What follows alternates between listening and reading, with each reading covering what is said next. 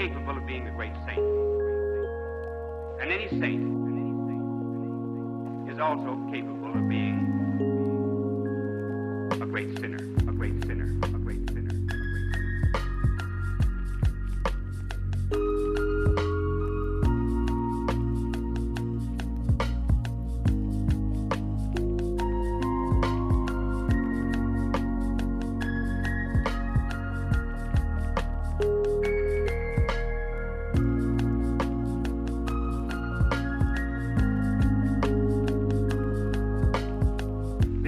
Therefore, of character development is the realization of this power that there is in each and every one of us, for good and for evil, good and for evil, good and for evil, good and for evil. And the good Lord would have us lay hold of what is worst in ourselves. Do not think that people who have virtue and kindness and other great talents just came by these things naturally. They had to work at them very hard, at them very hard, at them very hard.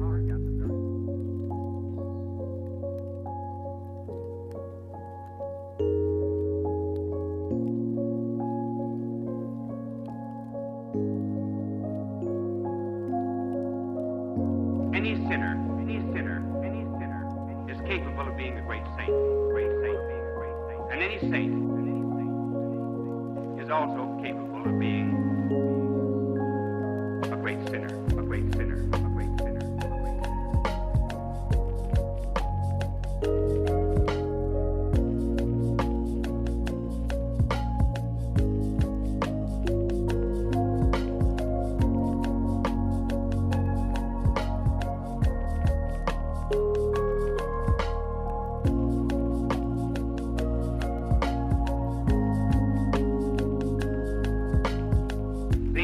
Therefore, of character development is the realization of this power that there is in each and every one of us, for good and for evil, good and for evil, good and for evil, good and for evil. And the good Lord would have us lay hold of what is worst in ourselves. Do not think that people who have virtue and kindness and other great talents just came by these things naturally. They had to work at them very hard, at them very hard, at them very hard, at them very hard.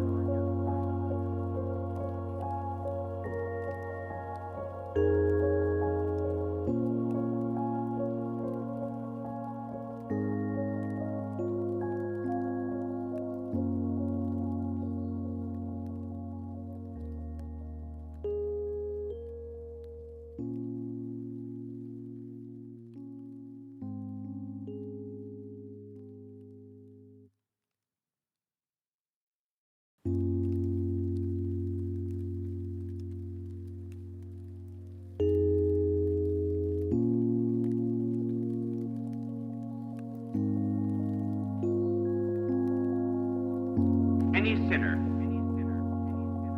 is capable of being a great saint. And any saint is also capable of being a great sinner, a great sinner, a great sinner, a great sinner.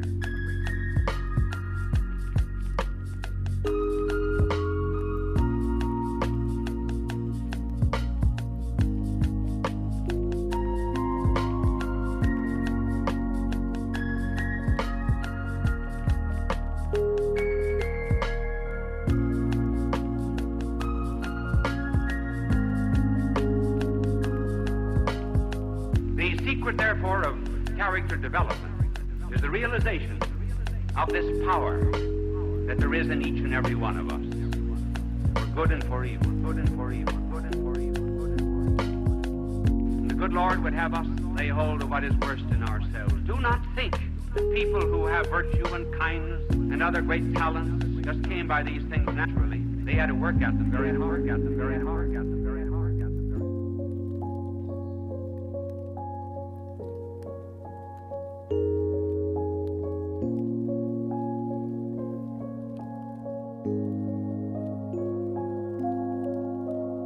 Any sinner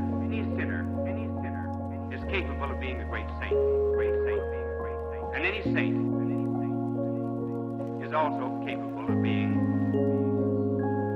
a great sinner, a great sinner, a great sinner, a great sinner.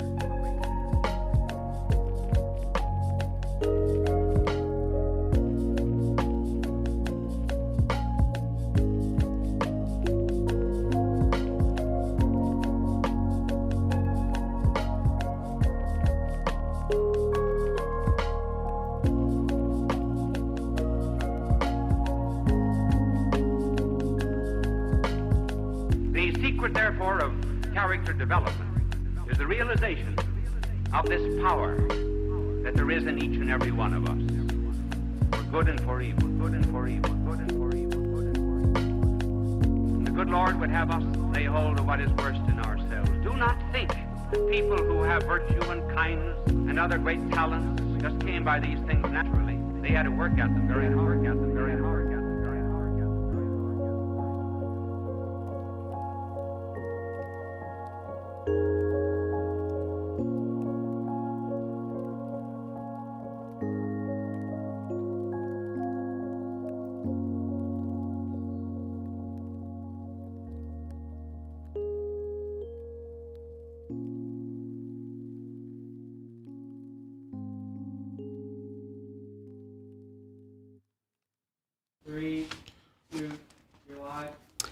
G'day everybody and welcome to Pints with Aquinas. Today we have a debate for you. The debate will be between Erick Ybarra and Petrus.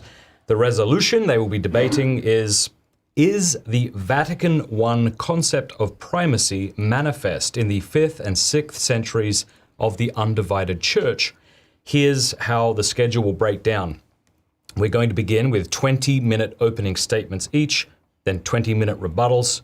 We'll have a quick break after that. When we come back, we'll do 15-minute cross-examinations, and then we will conclude with a 50-minute open dialogue. We thought it was really important that the two of these fellas could lay out their case before they got to that point. So without further ado, here is Erick Ybarra and Petrus. Good to have you. Thank you, Matt. Fabulous to be here, thank you. Thank you for making the trip. All right, well, why don't you just spend a couple of minutes introducing yourself, and then we'll get into the debate. Yeah, so I'm Erick Ybarra, a Catholic apologist. Many people know my material online. I am from Orlando, Florida, married, six boys, and I have a Patreon account at Classical Christian Thought and a YouTube channel, Classical Christian Thought, and happy to be here. Excellent. Yeah. My name is Denny Sellen. I'm from Seattle, Washington, and I live in Henderson, Nevada. Flew in on, I believe it was Thursday morning, and I am just one simple electrician who runs his own business. I have 2 daughters and a wife, and I'm charmed to be here. All right, well, thanks very much. So since Erick is taking the affirmative, you'll have 20 minutes, Erick. Whenever you start, I'll click the timer. All right, good. Thank you, Matt, for hosting this debate. Thank you, Denny, for accepting. I should begin by briefly defining Vatican I. Vatican I's doctrine of papal government can be boiled down to 3 things. Number 1, Jesus conferred supreme authority to Peter alone. Number 2, the perpetuity of this authority in the Bishop of Rome as the successor of Peter until the end of time. And 3, the nature of this authority as including full power to teach infallibly and to possess immediate, direct, and universal jurisdiction over all Christians.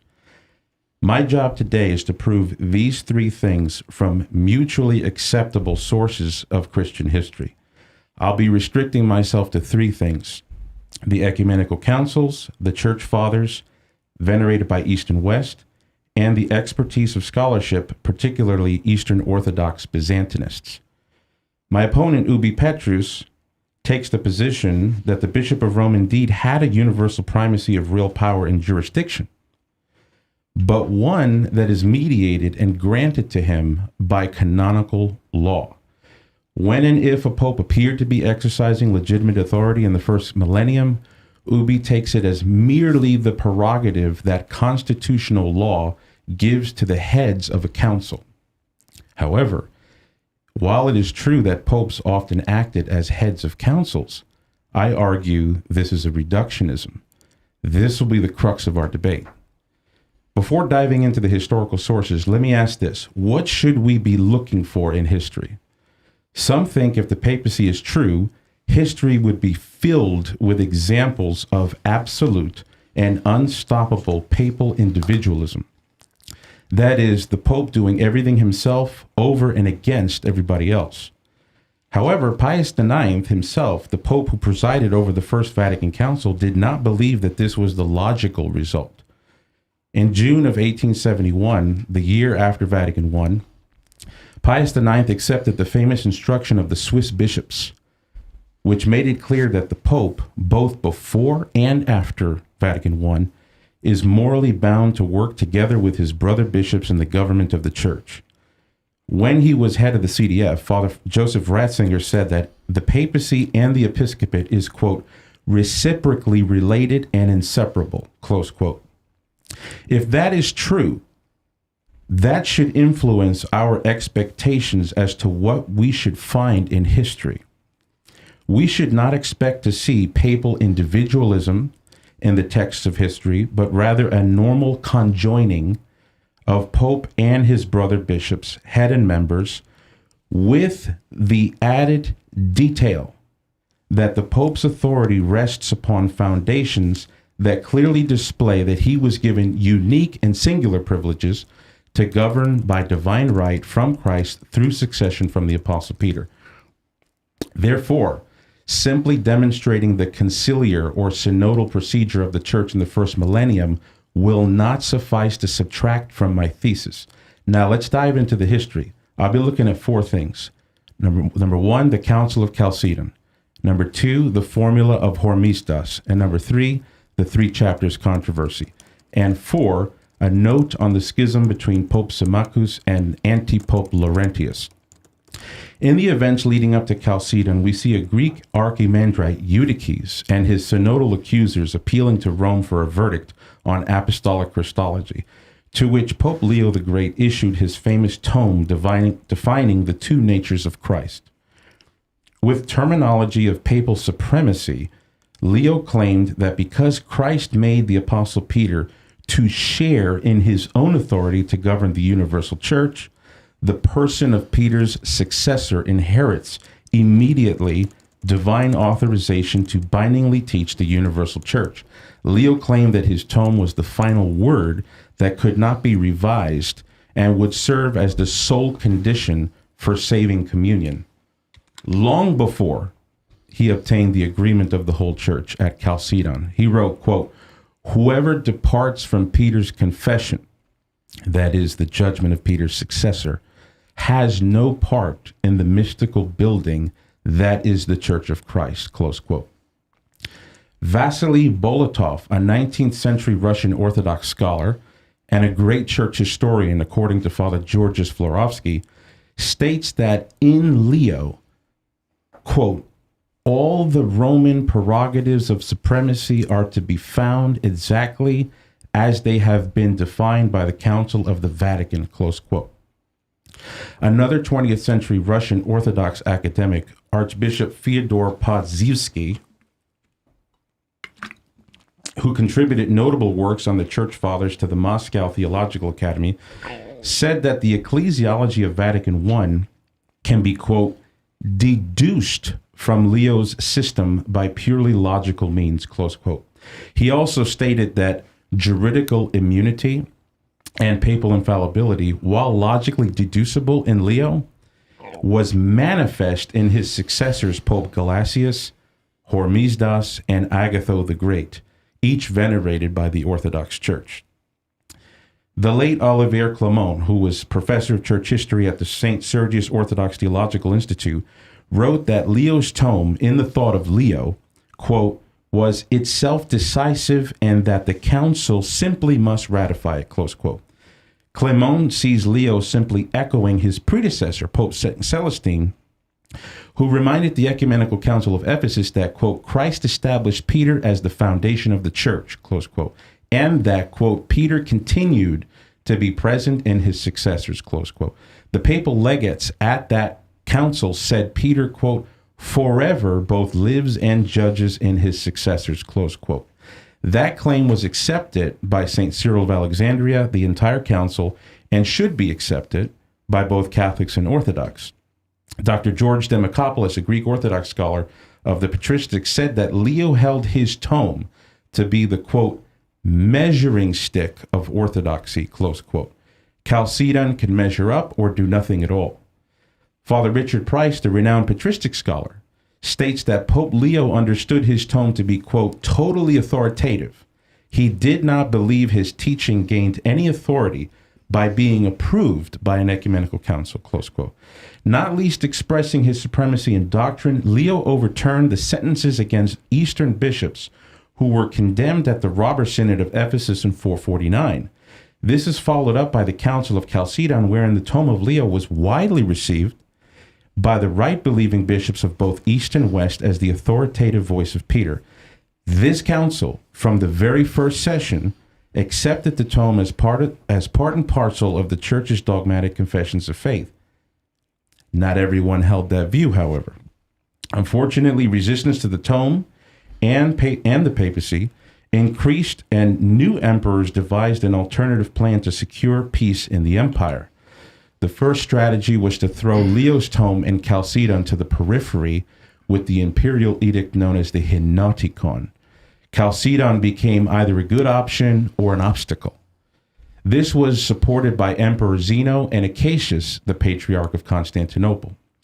Pope St. Felix III, on the basis of his apostolic auctoritas, issued a universal excommunication of Acacius and all who held communion with him. This started the Acacian Schism in 484 AD. This demonstrates a claim of immediate jurisdiction, since it was a judgment decided by the Pope and resting upon his singular apostolic authority in St. Peter. Pope St. Gelasius defended the singular right of the Roman pontiff to issue such a condemnation on the grounds of his immediate commission from Christ through Peter. The world-renowned Greek Byzantinist Milton Anastas sums up the Roman view in the thought of Pope St. Gelasius. Quote, believing that Christ had delegated to the See of Rome supreme authority over the whole church with power to govern in all questions concerning doctrine and discipline, Gelasius held, says Anastas, the Pope on his own initiative could make decisions binding upon the entire church without recourse to a council, for in his judgment the See of Rome constituted the highest tribunal in the Christian church. Its decisions were irreversible and itself could not be judged by anyone, close quote. Milton Anastas received his PhD in history from Harvard University and was a prestigious professor of classics and Byzantine history. While many Greeks in the East were questioning Chalcedon at this time, Rome held firm to its classical narrative. Pope St. Simplicius, venerated by the Eastern Orthodox, wrote to the Emperor Zeno that the pure Christian faith permanently, per stat in the Latin, remains, quote, in the successors of Peter, upon whom the Lord imposed the care of the whole sheepfold, whom he promised he would not fail even to the end of the world, close quote. To heal the Eastern Schism, a new pope, Hormisdas, drew up a formula, or a libellus. The terms were, among other things, irrevocable assent to Leo's tome and the removal of certain names from liturgical commemoration, especially Acacius. More importantly, in this formula, he echoes his predecessor, Simplicius. It was professed in the formula that the Christian religion always remains pure in Rome because of a permanent promise made by Christ to build his church upon Peter. Consequently, unity with the Roman See was indistinguishable from unity with the church. Commenting on the Petrine contents of the formula, the Orthodox theologian Father Alexander Schmemann said, quote, the whole essence of the papal claims cannot be more clearly expressed than in this libellus document, which was imposed upon the Eastern bishops, close quote. In Oxford Press' most recent monograph on Byzantine history by Greek historian and classics professor Anthony Kaldelis, he states the following, quote, for the East to return to communion with Rome, all its bishops must submit to the Pope, close quote, speaking about the formula of Hormisdas. Kaldelis calls the formula a binding document that affirms, quote, Rome's supremacy over the church, close quote, requiring, quote, obedience to the supreme pontiff and the universal pope, close quote.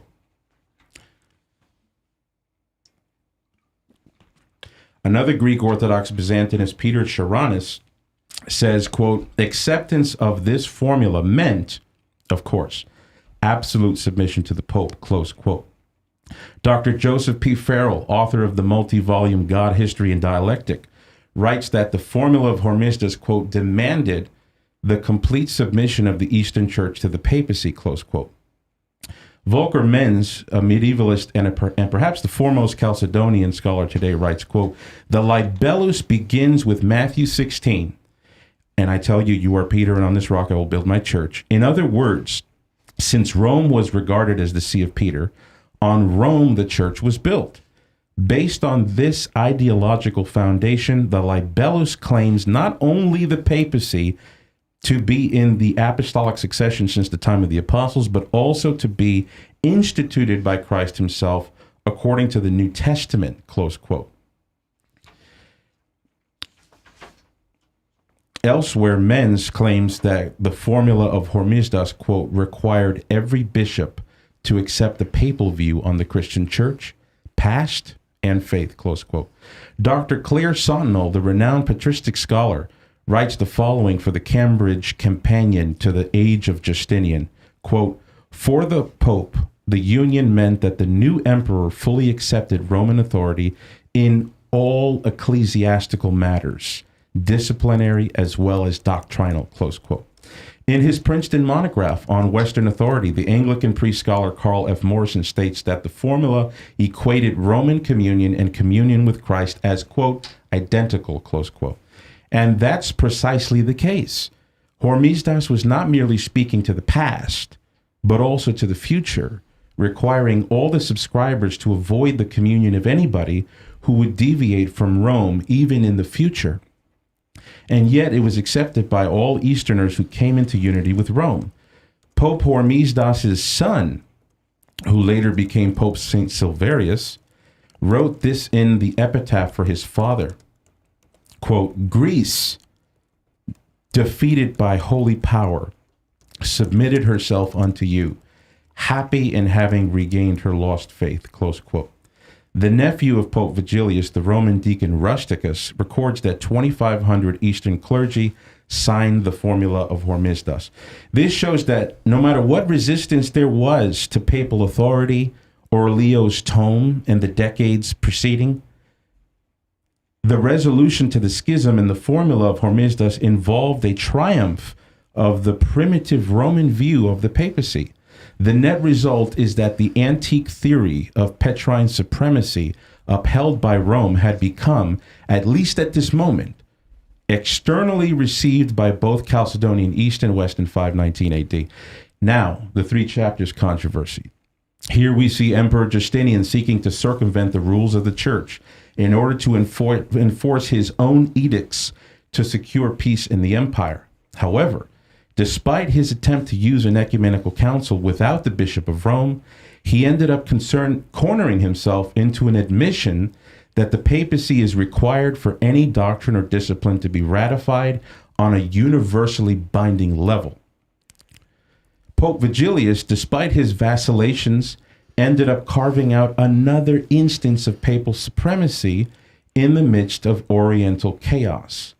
The Byzantine story on Vigilius is one of sainthood and divine supremacy. Lastly, during the midst of the Acacian Schism, a local dispute in Rome showcases the emergence of the claim that the Pope can be judged by no one, a principle accepted by many saints revered by the Orthodox Church. The dispute involved a rivalry to the papal throne between a certain Laurentius versus Pope St. Symmachus. Among other things, the driving force behind the resolution to this Roman schism was that even if the Roman pontiff were guilty of certain crimes, he cannot be judged by any earthly inferior, ecclesiastical or secular, precisely because he occupies the authoritative position that Jesus Christ gave to St. Peter, the head of the universal church. Multiple saints, including Pope Symmachus himself, Pope Hormisdas, who was a deacon notary at the councils that formulated the principle that the first see is judged by no one, Saint Enodius of Pavia, Saint Avitus of Milevis, and Saint Laurentius of Milan, all testified to this. A century later, Pope Saint Gregory the Great, known by the Greeks as the Dialogist, spoke in favor of Symmachus' side of this dispute, showing his own belief in the principle, the first see is judged by none. In conclusion, we see councils, saints, and academic scholarship testify to the manifestation of Petrine authority over all Christians, its post-apostolic perpetuity in the Roman See, and its divine protection by Christ in virtue of his promise to St. Peter the Apostle. Thank you. All right. Thanks very much, Eric. Very lovely. Ubi, you have 20 minutes for your opening statement. Whenever you begin, I'll click the timer. Am I close enough? Yep. Okay. Papal primacy is not our issue, as we agree the Pope was a first and presided in love, that he was an archbishop of the world. Nor is papal supremacy our issue, as we agree the Pope was the highest, most supreme bishop, who in fulfilling the role as a synodal head was required to either ratify or reject the decisions of the synods at which he presided. And so his relationship to the patriarchs was mirrored in the relationship of a patriarch to the archbishops, an archbishop to the metropolitans, and a metropolitan to the bishops, hence the oft-used address for the Pope in the first millennium, Archbishop of the World. That was used repeatedly, specifically at Chalcedon. In the canonical literature, it is abundantly clear that the relationship between each grade of episcopal authority is a mirror of the relationship below it and or above it. We go over this for roughly 45 minutes in our very first video responding to the arguments of Erick Ybarra from May 2020.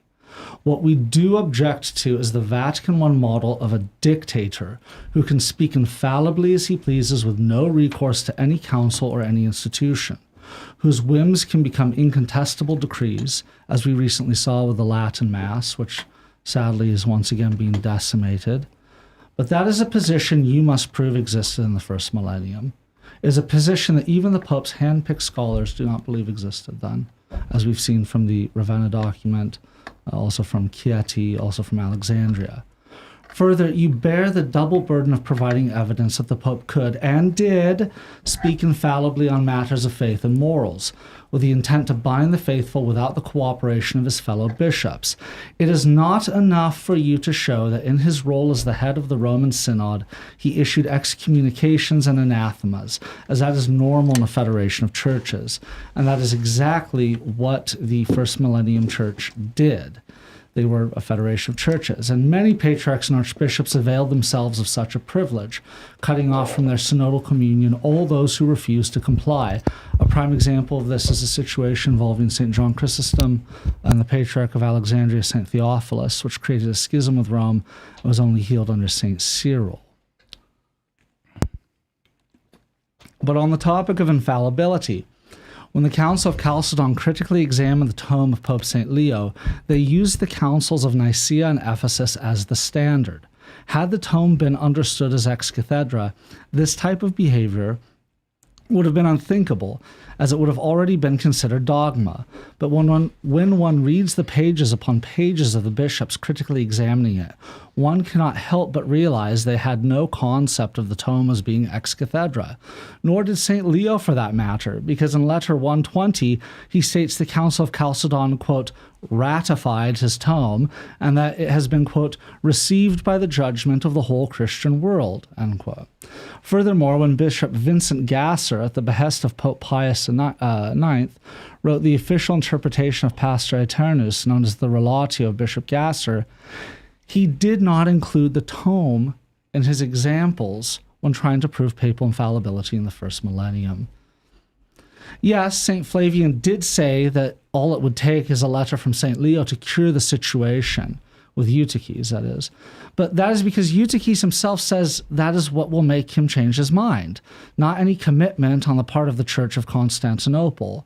In other words, the tremendously influential person, that being Eutyches, who was actually the godparent of one of the chief eunuchs and very influential, the person who was causing all of the problems announced they would listen to whatever Leo told them. Of course, Eutyches only said that because he thought Leo would agree with him. When St. Leo did not, Eutyches immediately went to the Patriarch of Alexandria, Dioscorus. It's worth noting that Eutyches actually appealed to Alexandria and as well to other sees. But This is revealing. There's a revealing quotation from St. Leo's letter 14, section 12, in which he roots the primacy at every episcopal level to the distinction between St. Peter and the other apostles.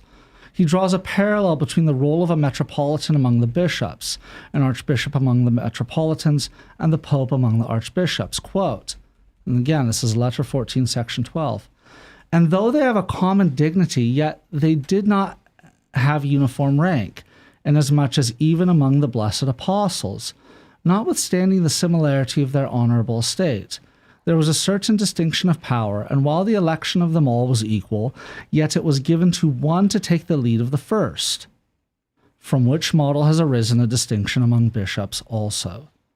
And by an important ordinance it has been provided that everyone should not claim everything for himself, but that there should be in each province one whose opinions should have the priority among the brethren, and again that certain whose appointment is in the greater cities should undertake a fuller responsibility, through whom the care of the universal church should converge towards Peter's one seat, and nothing anywhere should be separated from its head. Letter 1412. We know from canonical literature what the rights of bishops, metropolitans, and archbishops were, and St. Leo is drawing a parallel between those and the role of the papacy. So we have a very good idea of what St. Leo saw as a pope's role, and it was not Vatican I, but conciliar ecclesiology, as the Orthodox Church teaches to this day. Further, St. Leo states that the higher-ups, quote, their opinions should have the priority among the brethren. Notice it's priority, not autocracy. His vision is essentially that of Apostolic Canon 34 on the universal level, which states that the head of the synod and the members should do everything in concert, not one alone. Moving on to Pope St. Felix III, which you brought up in your introduction, it is often pointed out that St. Felix excommunicated It is often pointed out that St. Felix excommunicated Blessed Acacius of Constantinople, and that is true. That is true. But far from exercising some sort of Vatican I prerogative, as you would imagine, or as you would argue, his successor, Pope St. Gelasius, states in letter 10.4 that Pope Felix did what any bishop could do in choosing to excommunicate a bishop who failed to uphold the Council of Chalcedon. Quote, does Euphemius not realize that Acacius was condemned according to the formula of the Synod of Chalcedon? It is permissible not only for an apostolic leader, but for every pontiff to separate from Catholic communion whomsoever they like and whatever place they like, according to the rule of the very heresy that has previously been condemned. Letter 10.4 of St. Gelasius. In Letter 12.8, St. Gelasius makes the same claim in regard to the heretics Timothy, Peter, and Peter of Antioch, and again in Letter 27.3. This is because the great St. Gelasius, far from seeing himself as an unlimited autocrat of Vatican I, understands his role as a ratifier of proposed universal synodal decisions. In fact, in Letter 1.3, St. Gelasius shows he believes the episcopacy is the highest office in the Church, meaning that any office presumed to be above it can work only through the synodal model and is not an autocracy. Quote, beyond the presbyterate, what is more important to the governance of the Church, if not the episcopate? In letters 1.1, 1.9, 10.4 through 5, 10.9, and 27.4 through 5, we see St. Gelasius stressing that because Rome is a synodal head, those synodal decisions that have been ratified by his predecessors have been made permanent and can only be undone via the synodal process, with St. Gelasius or his successors ratifying the decision. For St. Gelasius, as for the other popes, especially St. Leo, Rome's role was analogous to that of a keystone in an arch. The keystone was put in as the crowning and last piece, once the rest of the arch had been constructed.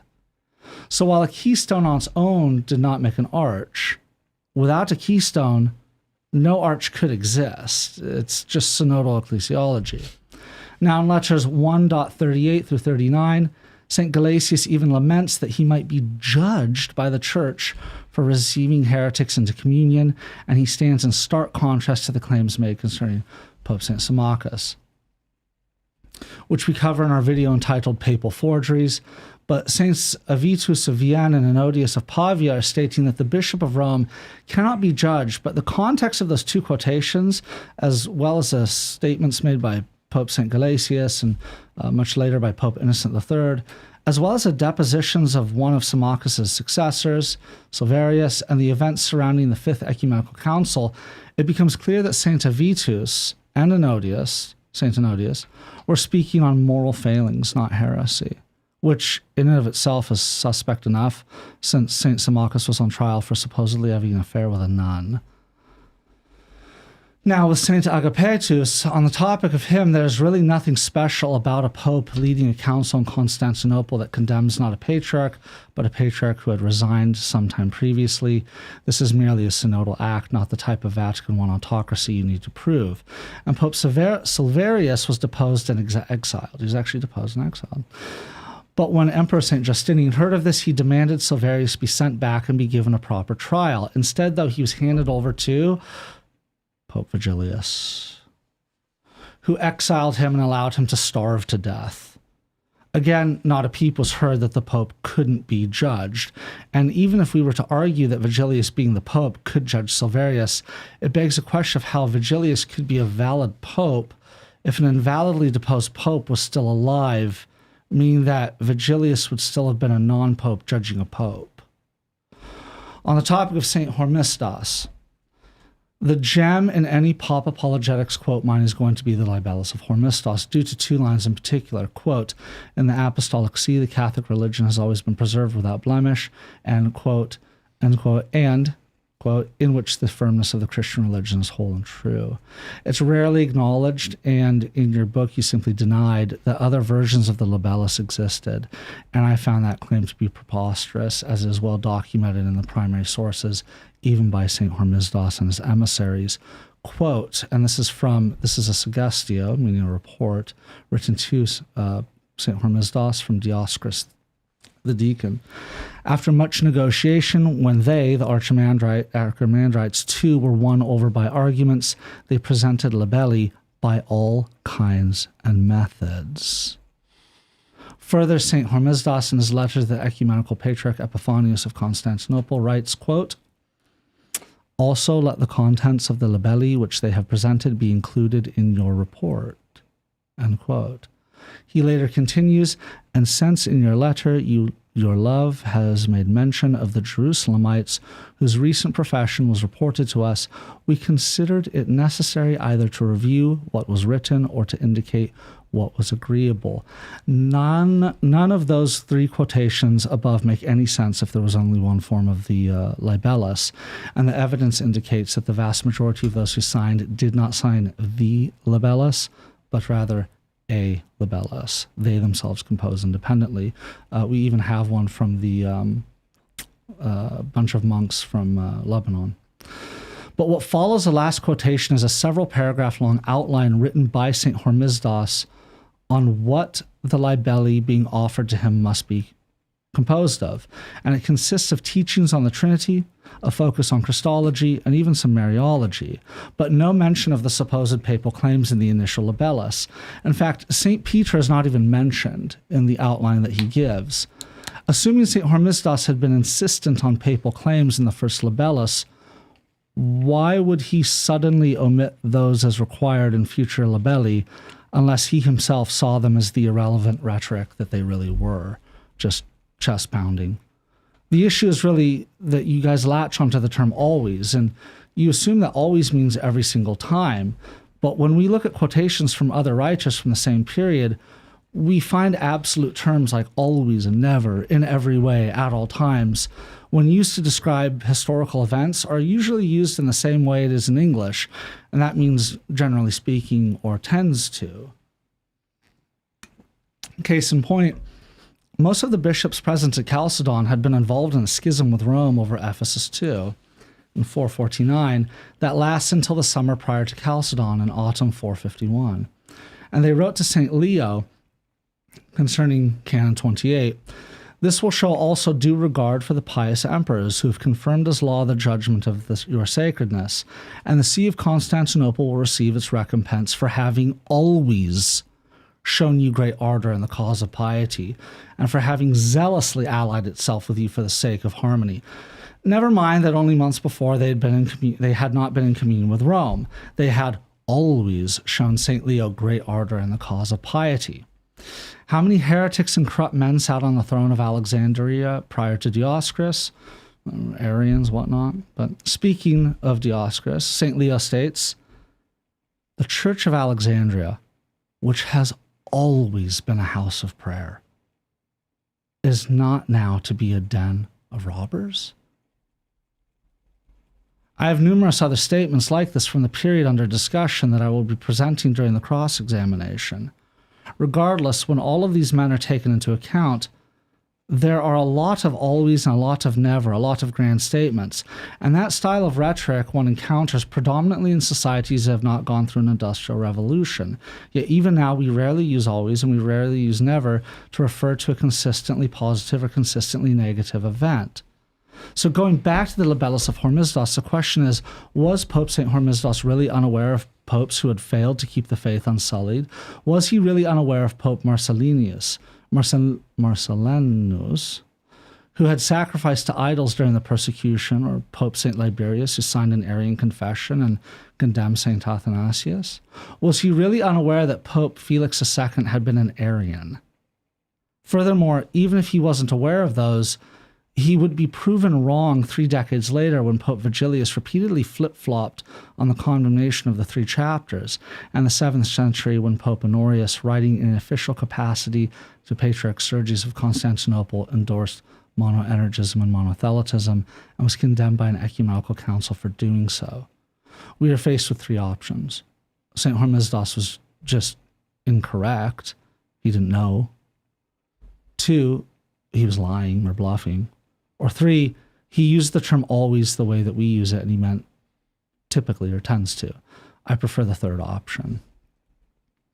It was a Roman way to speak in generalities. It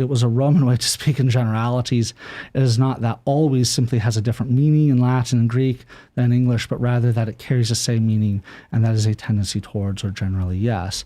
In fact, we can look at how I've used it today, or rather how I will. When I came in, I told Matt that I have always enjoyed Pints with Aquinas. There are some shows that I didn't, but almost all of them I did. Okay. If the audience were to peruse their own usage of the word, they would find that always almost never means every single instance. Okay. This is why Christ says, "I'm with you always until the end of time." He has to qualify the always with until the end of time. But let us pretend that the libellus of Hormisdas does have Vatican I presuppositions behind it. One would then expect that the same bishops who had supposedly so eagerly signed it surely would not disregard the voice of the Pope on faith and morals in the future. But they did in the dispute over the Theopauschite formula, in which Rome showed itself to be unfavorable to the Theopauschite formula and advocated against it. But the Eastern bishops, who were now in communion with Rome, insist on using it anyway. One might point out that there are currently many Catholic bishops who are in communion with Rome, yet they hold to degenerate morality, like the German bishops. But if that is a parallel that can be drawn, what does that say about the bishops who in 519 could supposedly be cajoled into signing the libellus in the first place? Finally, we come to the fact that Vigilius was deposed from his office during the 7th session of the 5th Ecumenical Council in 553. Quote, "Since, therefore, he, Vigilius, has acted in this way, we've pronounced that his name is alien to Christians as not to be read out in the diptycha." One may proudly point out that this was struck from the Acts after Vigilius accepted the condemnation of the 3 chapters and was received back into communion by the East, but by pointing that out, you inadvertently admit that he had to submit to the judgment of his fellow bishops, something anathema to Vatican I. But Vigilius' condemnation is only compounded by the fact that earlier the North African bishops had also in fact excommunicated Vigilius for, as they saw it, wavering on Chalcedon. Now, you might argue that this was outside of their rights and they were acting contra dogma, but you are forced to deal with the fact that there was, to our knowledge, absolutely no repercussions or repentance required of those bishops who had excommunicated him in the aftermath of the council or for centuries thereafter. It was simply accepted as a matter of fact that bishops could and did excommunicate a pope. And when Vigilius then accepted the condemnation of the 3 chapters, that the bishops could then admit the pope back into communion. Thank you. All right, thank you very much, Ubi. With our opening statements out of the way, we're going to move into a time of rebuttals, each debater getting 20 minutes to respond to the other. Just give me 1 sec here. Eric, whenever you begin. I'll click the timer. Thanks. Okay, thank you, Denny, for that. That was good. So the first thing I want to mention is the multiple levels of patrinity or Petrine primacy from bishop, from the local diocese upward. Leo does speak about a variety of levels. However, the first level, the bishop, the local bishop, has a peculiar set of prerogatives that the metropolitan does not have over his domain.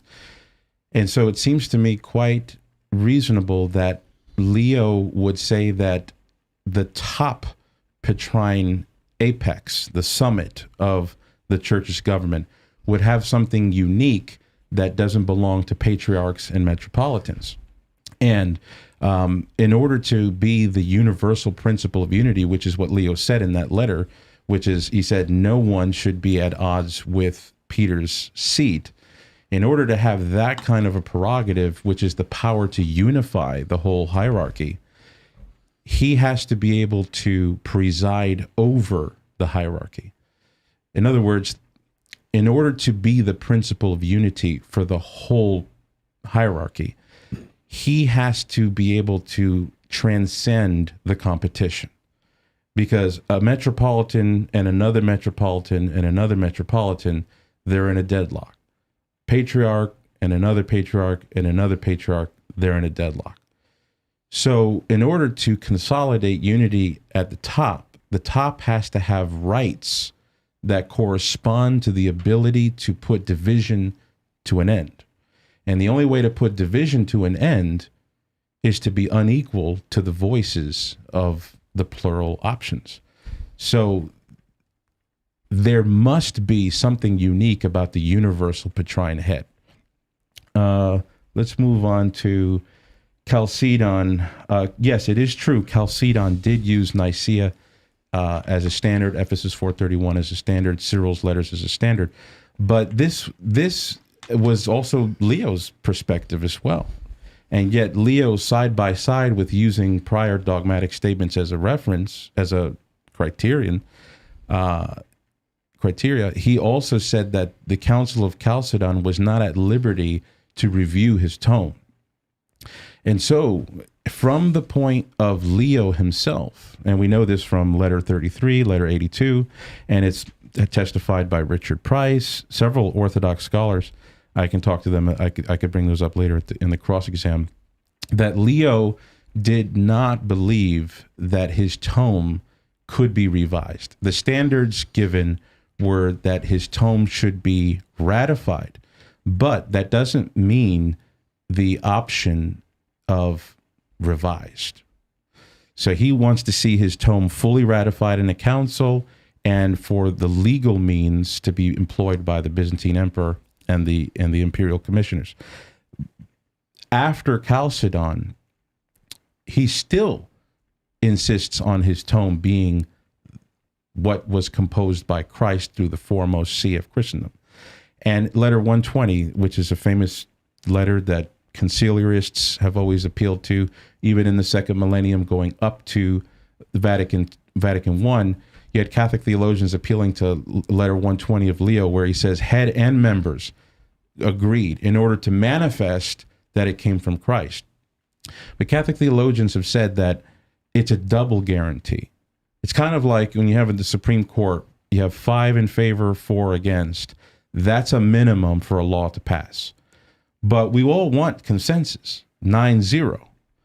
So Leo already believed that what was composed by Christ through the first see was sufficient to end the discussion. That's why all of his letters, he gives no liberty for the council to revise his letter. That's why at the Council of Ephesus 449, he simply dissolved it because it didn't employ his tome. So he had the authority to annul that council. He has the authority to ratify or annul Chalcedon, depending on whether it accepted his tome or it didn't. Okay, so then Vatican I. Okay, you said that the burden is on me to find where the Pope alone, as an individual, isolated from everybody else, binds everybody in the church. The problem is we don't need that. I don't need that. I don't have that burden. And here's why. Vatican I itself is a ecumenical council. Yep. It consisted of bishops voting, and it consisted of the Pope ratifying. So you don't have anything at Vatican I with the Pope acting in absolute isolation from anybody. And yet there isn't a soul on the earth who's going to doubt that at that council, the people believed in papal supremacy and papal infallibility. Nobody's going to go around with a scanner saying, yeah, but the Pope didn't say it by himself, so we can't really ascertain whether they believe that. So just by the fact of what they say about the Pope's prerogatives proves what they believed. In the same way, when we go into the early church, we don't need to find, like I said in my opening, a Pope always acting alone, or even doing an instance by himself where he judges a patriarch or issues an ex cathedra decree. We don't actually need that. It's not the burden on top of me. The burden on top of me is simply to show that they believe that power resides in the Apostolic See. Moving on, the Vatican I papacy exists in conciliar modes, or if the Pope decides to do something by himself. At the Council of Trent, for example, no historian I know denies that the papacy existed then in a papal supremacist form. Same goes for the Lateran councils, Lyon's 1274, Florence, Vatican II. And yet at these councils, you see collaboration, you see votes, you see common deliberation. And yet nobody's going to look at that and say, yeah, but the papacy's not there because we didn't see the Pope do it by himself. So in the same way, we just go into the first millennium, use the same grid. Yeah, the Pope's doing things in synods. He's doing things with ecumenical councils. He's doing things with a consensus paradigm. But that doesn't mean that the papacy, as we understand it, wasn't there. So I don't have that burden. Just like I don't have the burden to prove that the Pope did anything by himself at Vatican I. He did things with a vote. 500 and something bishops voted in favor of Pastor Eternus. Did those bishops believe in papal supremacy? Yes. Why? Well, we didn't see them allow the Pope to do it by himself, but they confessed that the Pope had those rights. So if we go to the early centuries and we see Pope Leo, Pope Hormisdas, all these popes saying that they have these rights, then that's enough to fulfill my burden in this debate. We'll move to Pope Felix III. Yes, Galasius said that Pope Felix III excommunicated Acacius and that it is a common right, but he was just covering his base. He goes on further in that very same letter to say that, well, that's just one thing to clear me. What I did is something that every bishop can do when you have an ecumenical council preceding it. But then he moves on in the next paragraph and he says, well, wait a minute, you guys are all making a big shtick about canons, but the canons direct everything to the Apostolic See for judgment. And then he says that the Apostolic See can always, semper, always judge all prelates at any time, even on the sole authority of the Apostolic See. So when he said that Felix III did this and that, excommunication as a prerogative that any bishop can do, he said, well, that's one reason why I can't be accused of any wrongdoing. But here are other reasons I can't be accused of wrongdoing, and that's when he goes in to speak about the sole right of the Pope to, with a synod proceeding or without one. And Dvorak speaks about this at length in his book, Apostolicity in Byzantium. He says the Apostolic See has the right to do that. So the Easterners can't accuse Rome of wrongdoing in the excommunication of Acacius because, number one, every bishop can do this. But then he goes on to give other reasons. And those reasons are the ones that come into my side of the debate. Pope Hormisdas, yes, there was other libelli, but he made it very clear to Justinian and to Justinian and the Patriarch of Constantinople that any libelli that's made has to conform to the tenor of the first one. So if the papal claims in the first formula were intolerable for the Easterners, they made no opposition to that in their other libelli. Other libelli that they made simply fulfills the conditions that Hormisdas gave. If they thought it was heretical, they would have been outspoken against those claims, but they didn't make any kind of opposition to those claims. The only opposition they made was to the harsh subtraction of certain names from liturgical commemoration. So the papal claims in the original formula, those were never contested. Now you might say, well, it was irrelevant. That's actually right. The issue at hand was Chalcedon and resurrecting the Tome of Leo in the East. How am I on time? You have 9 minutes. Okay. So always Apostolic See and the track record. Yes, it's true. Always is not. It doesn't have to be in every single instance, as some of the examples you pointed out proves. But Rome had been known for this claim. I mean, Pope Gelasius made the claim. Pope Simplicius made the claim. There are contemporaries at this time that were making the claim quite concretely.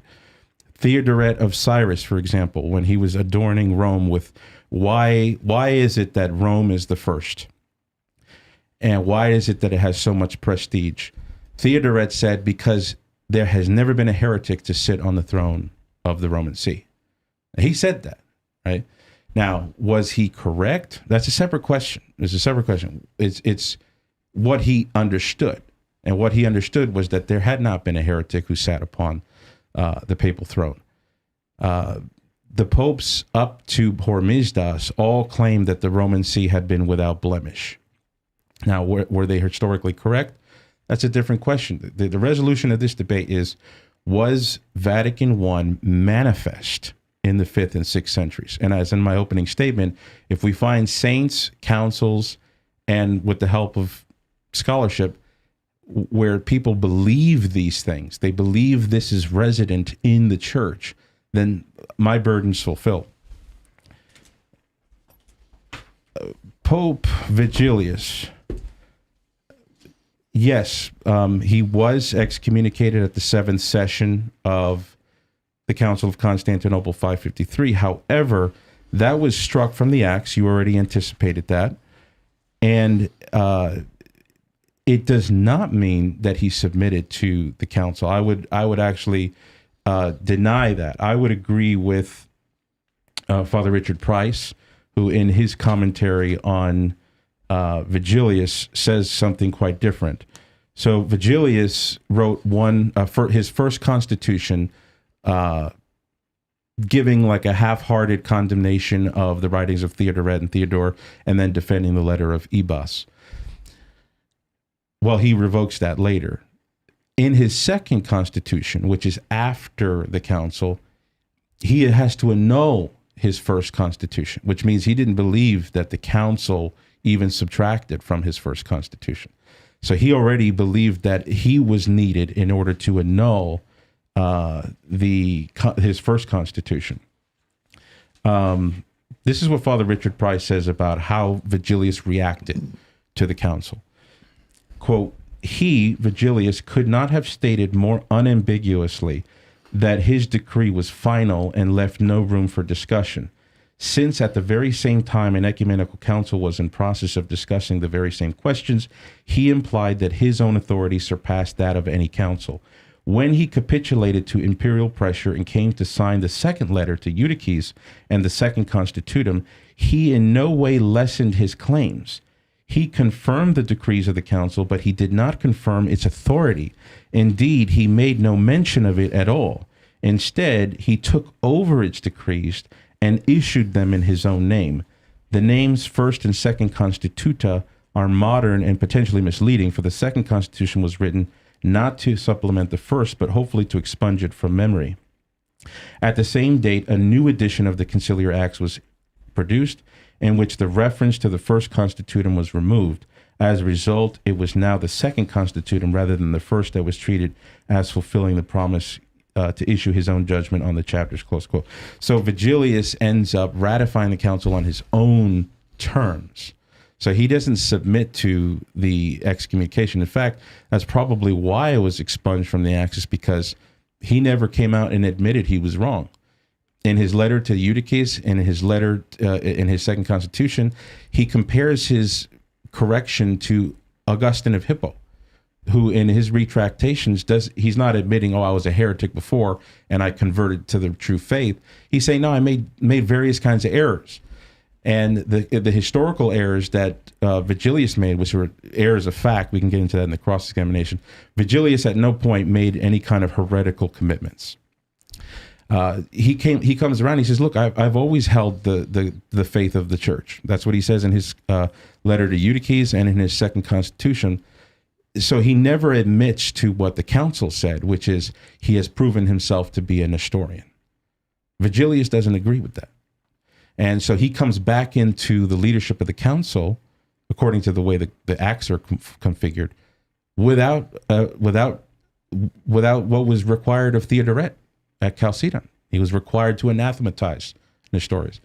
Vigilius was not put under trial that way. So yes, the excommunication was expunged from the Acts, and so what the history of Byzantium looks at that council, they don't see that. What it looks like when you read the Acts of that council is that Vigilius didn't attend and then came in the end, and there was perfect cooperation between Pope and Emperor. The Western bishops who disciplined, they removed Vigilius from the diptychs. Yes, there were consequences to this. Pope Pelagius I, Pope Pelagius II, and Pope Gregory the Great, they dealt delicately with these people because of how confusing the Three Chapters controversy was, but they didn't relent in saying that by their removing Peter from the diptychs, they immediately went into schism. And so all these churches in the West, they eventually came back into communion with the church on terms, according to Rome, in a transition from schism back into unity, rather than just being fully regular churches in active opposition to Rome. So even the Western sees that didn't technically add 553 to their listings, because we have listings way past the 6th century where they don't include it. They weren't doing so in opposition to Rome, and they commemorated him in the liturgy. So those churches in the West that removed the Pope from the diptychs, they went into schism, and they had to fix that. Rome pled with them and argued in all kinds of ways that were accommodating, but the fact remains, those Western churches were opposing the ecumenical council and papal authority, and they had to fix it by coming out of schism. 2 minutes.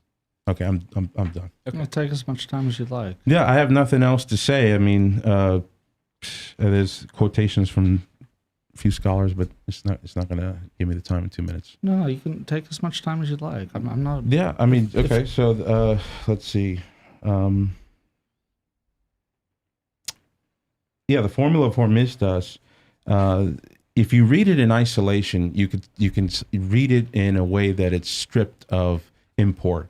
But when you read it against the backdrop of the claims of Leo, Gelasius, Simplicius, Symmachus, and popes going forward like Agatho, they're all looking at these Petrine prerogatives as a way that are divinely protecting the Roman See.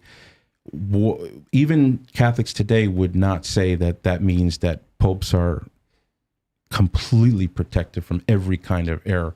So the always terminology, that's something that we can absorb as Catholics too, because popes have erred, and we do agree that Honorius was condemned. Ecumenical councils say that. So I don't think the formula and the anathema of Honorius, for example, are at odds with each other.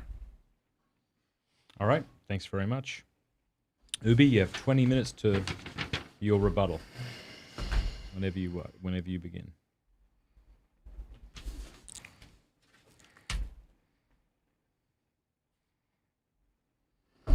Okay.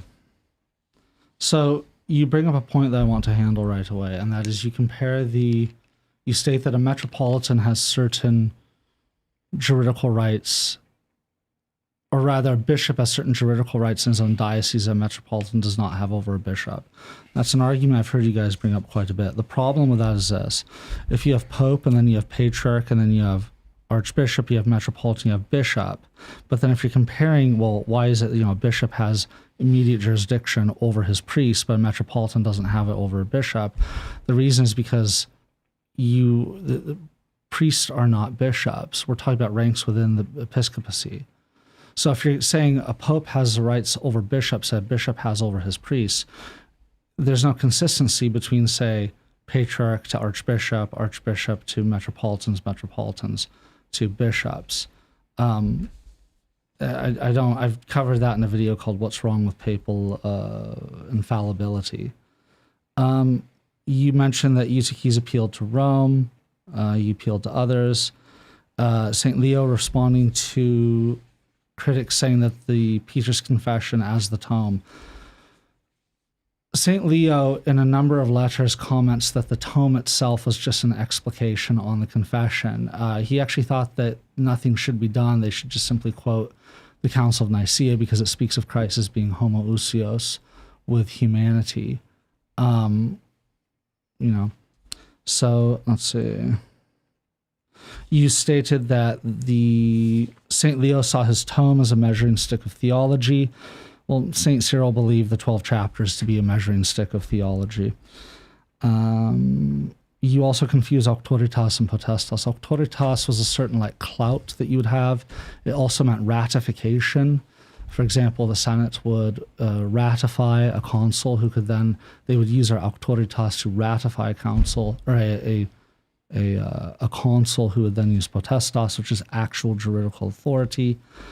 It also meant witness. For example, you hear people say the Bible has auctoritas because it's a witness to the events that it describes. To be a good witness, you have to have a good measure of reputation. Let's see here what else we have. You stated that St. Justinian tried to circumvent the rules of the church. Would you say that St. Justinian was... I mean, to me, that makes it sound like you're saying that he was not necessarily helpful at all times to the church, which I want to just make note of that. I would like to see those quotations from St. Gregory on St. Symmachus. You comment on multiple levels of paternity. I handled that already. Bishops' jurisdiction over priests is not the same as that of metropolitans over bishops. And you state that the Pope has to be able to put down division, so he needs this massive amount of power. How's that working out for you guys right now? It's not. It's a failed system. And I don't believe that Jesus Christ makes failed systems. Maybe other people do. I don't.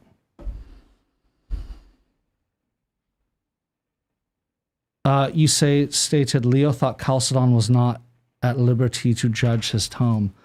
I mean, again, letter 120, he says it right out. It ratified the tome. It's been received by the whole judgment of the church. I mean, even here in the Acts, I mean, it's like page after page after page of them stating that they judged the tome. Let me see here. Let me just read some of these.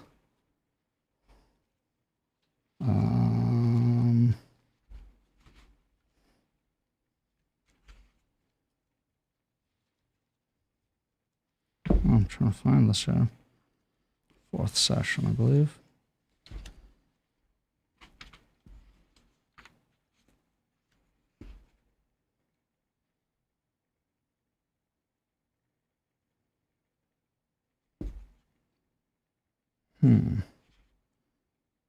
Okay. So you see these statements, and this is from the 4th session, where the bishops are like, John, the most devout bishop of so-and-so, according to my understanding, the meaning of the letter of the most holy Leo, Bishop of Rome, accords with the creed of 318 and the 150 who subsequently assembled at Constantinople, with the decrees of Ephesus relating to the deposition of the impious Nestorius, and under the leadership of the most blessed Cyril, and I have subscribed to the same letter. Or you'll see these statements like, Patricius, the most devout bishop of Tiana, said, we have found the letter of the most holy Leo, Archbishop of Rome, to be in harmony with the 318 at Nicaea and with the 150 holy fathers who met subsequently at the imperial city, and I have signed. Or of Eusebius, the most devout bishop of Dorylaeum. He's a prominent figure at Chalcedon. He goes, I judge the letter of the most holy Leo, Archbishop of Senior Rome, to be in accord with the definition of the 318 who assembled at Nicaea, with the council of the 150 who assembled in the great city of Constantinople, and with the council that took place at Ephesus under Blessed Cyril, and I have signed it. You have another one here, Marianus, Bishop of Synada. He says, accords with Ephesus, accords with Nicaea, and therefore I have signed it. Another one, Epiphanius. As I could recognize from the reading of the letter of the most God-beloved Leo, it agrees in meaning with the definition of the 318 fathers. In fact, there's about 20 pages of this. That sounds like a judgment. That doesn't sound like, I submit to the Holy Fathers. Like, no, I judge this to be true.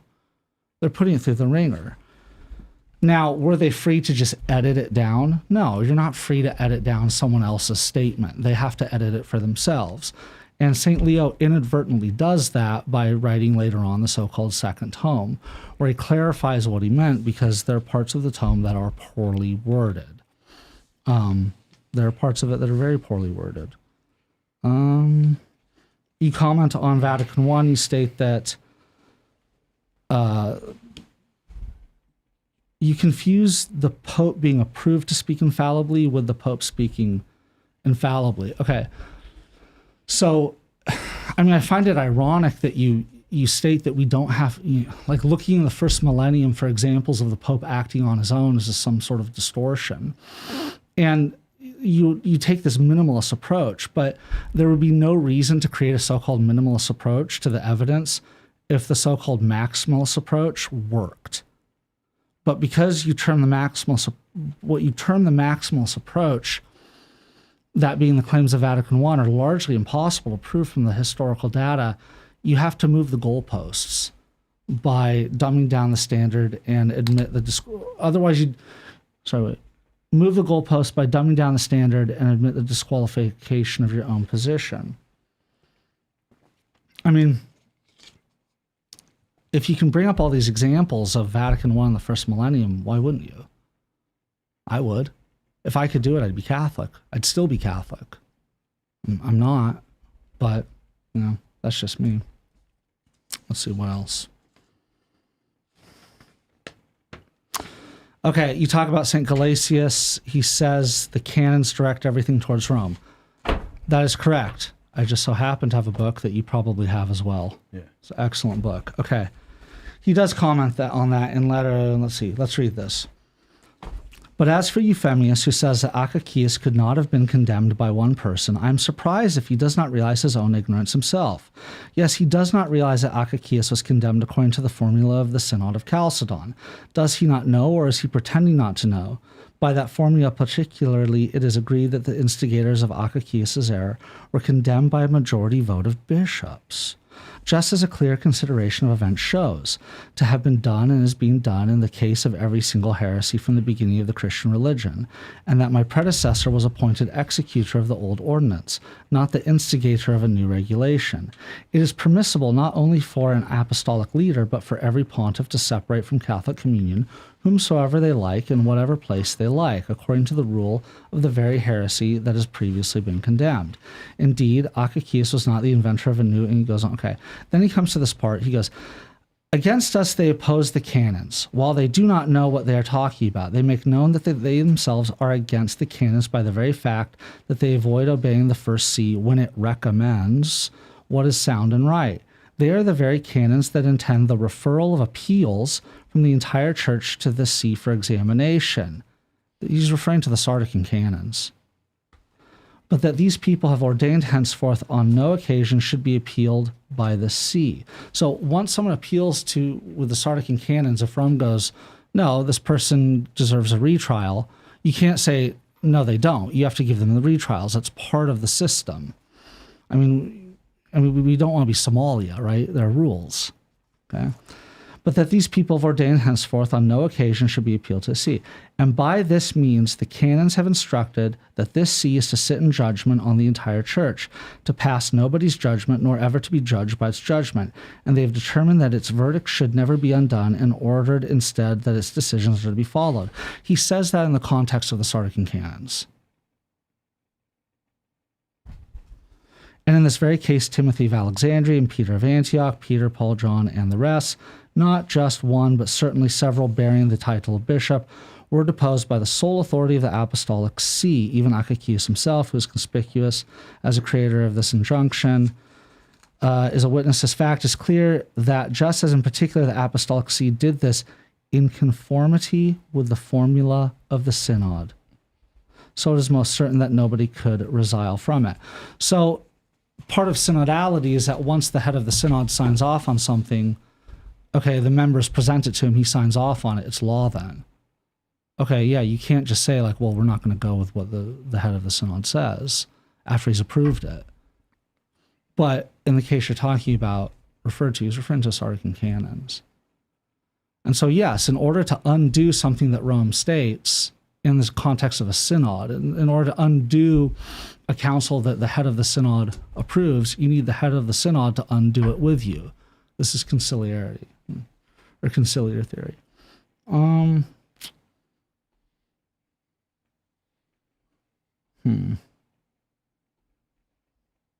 Yeah, I think that's pretty much it. You sure? You got 8 minutes and 20 seconds. I don't want people to say we're right. Here. We're on the same page. Okay, all right.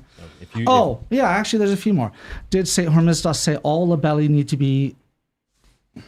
My handwriting is so bad. To confirm to papal claims. Okay. Yeah, I really do believe that he left out of the requirements the papal claims because they were just chest thumping. They were just rhetoric. I mean, if they were really that crucial, why did he just remove them? It's not like, say, the Eucharist, which he just didn't even mention to begin with, but suddenly these just disappear. It's not that people would need to oppose them. It's that they just understood them to be rhetoric. I mean, keep in mind, they know their own cultures fairly well. In the same way that you say, like, I always, whatever. I know you don't, every single time. No. And about Vigilius reissuing the decrees of the council in his own name. Yeah, he'd been absolutely humiliated. He was desperately trying to save face. And Vigilius was a horrible person. It was absolutely awful. He had his predecessor starved to death. Not even I would do that. Well, I don't know. I shouldn't say that about myself, but I'd like to think I wouldn't. But anyway, you state that Vigilius never states he was wrong. Again, he was desperately trying to save face. I mean, he had just been humiliated by a council. What's he going to do? Like, I'm sorry, guys, I really screwed you. You have a lot of these bishops, like Theodoret. It's not until he's absolutely forced to by Chalcedon that he actually anathematizes his friend Nestorius. He tried to fly under the weather. I think at the end of the council, they were like, all right, Vigilius learned his lesson. He's on the same page now. Just let it go, Okay. The consequences to North Africa for excommunicating the Pope. Yeah, they rejected the Fifth Council. It was a schism of the three chapters. It wasn't until the 7th century that it was actually healed. It was the 7th, 8th? Yeah. That it was actually healed, that schism. I think there were some holdouts up into the early 700s, but I'm not sure. So it sounded like you were confusing the consequences of excommunicating the Pope for a stance on the three chapters initially with the penalties for actually rejecting the Fifth Ecumenical Council. That's what it sounded like to me. And you can comment on that later. And I'm done. I got 5.5 minutes left, so. All right. But maybe we can add that to the 50 minutes at the end. Yeah, if it's going well, we will. All right. Thanks very much for your opening and rebuttals, guys. Really appreciate it. We are going to take a really quick break. And when we come back, we're going to have 15 minutes of cross-examine each, followed by 50 minutes of open dialogue. So this will obviously be the more entertaining. Wait, 50 or 55.3? 55.3. Thank you very much for the correction. In the open dialogue. So it was please a stick fraternal. around. It was a fraternal correction. I receive it. If you haven't yet, please like the video. Please share it if you appreciate these deep dives into these different topics. And we'll be back real soon.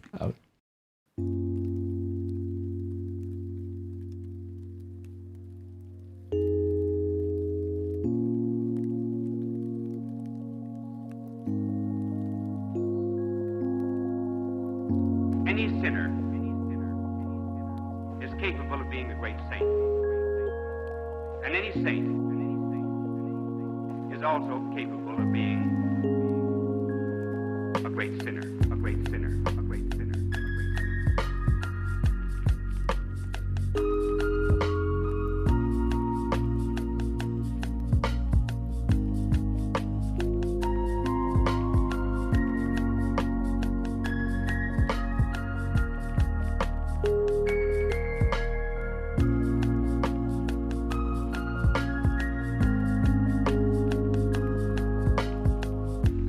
therefore of character development is the realization of this power that there is in each and every one of us, for good and for evil, good and for evil, good and for evil, good and for evil. And the good Lord would have us lay hold of what is worst in ourselves. Do not think that people who have virtue and kindness and other great talents just came by these things naturally. They had to work at them very hard, at them very hard, at them very hard, at them very hard.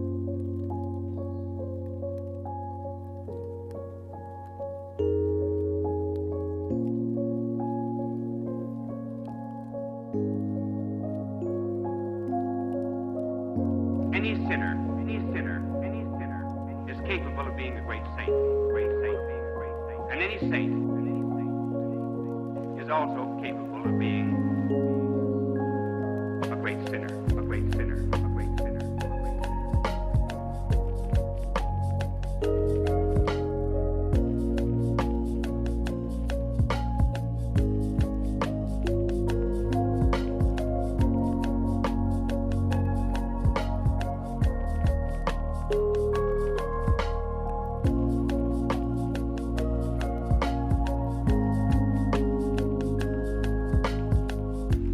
Therefore, of character development is the realization of this power that there is in each and every one of us, for good and for evil, good and for evil, good and for evil, good and for evil. And the good Lord would have us lay hold of what is worst in ourselves. Do not think that people who have virtue and kindness and other great talents just came by these things naturally. They had to work at them very hard, at them very hard, at them very hard, at them very hard.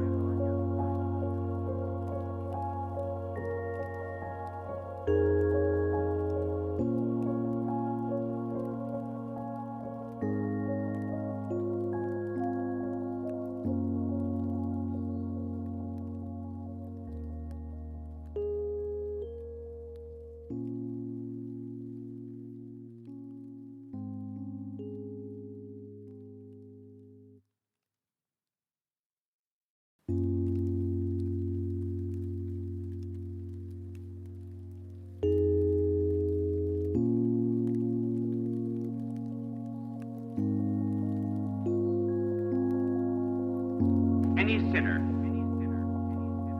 is capable of being a great saint. And any saint is also capable of being a great sinner, a great sinner, a great sinner, a great sinner.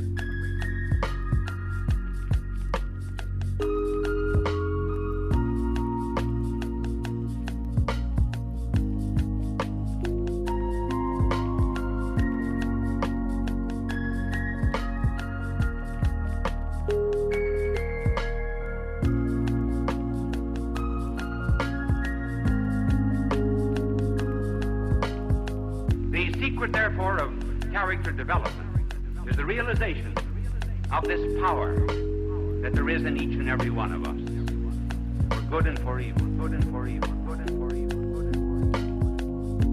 good Lord would have us lay hold of what is worst in ourselves. Do not think. G'day everybody, welcome back to the debate. I need to let you know that there is apparently a gigantic Christmas parade just outside of the studio. So if you hear sirens or songs, that is why. But I think we're in a much warmer, much better place here. We're going to be doing a 15-minute cross-examination, and each followed by a 50-minute open dialogue. Now, I always feel like I need to state this. How is the cross-examination different from the dialogue? Well, in the cross-examination, the one leading the examination gets to direct the conversation where he would like to. So if he feels like his opponent is stalling or not answering the question, he can interrupt and redirect. And that's not considered rude. That's just the rules of the debate. So there we go. It's not as loud as it is in our ears. I'm good to go? Yeah, you ready? You start. We good?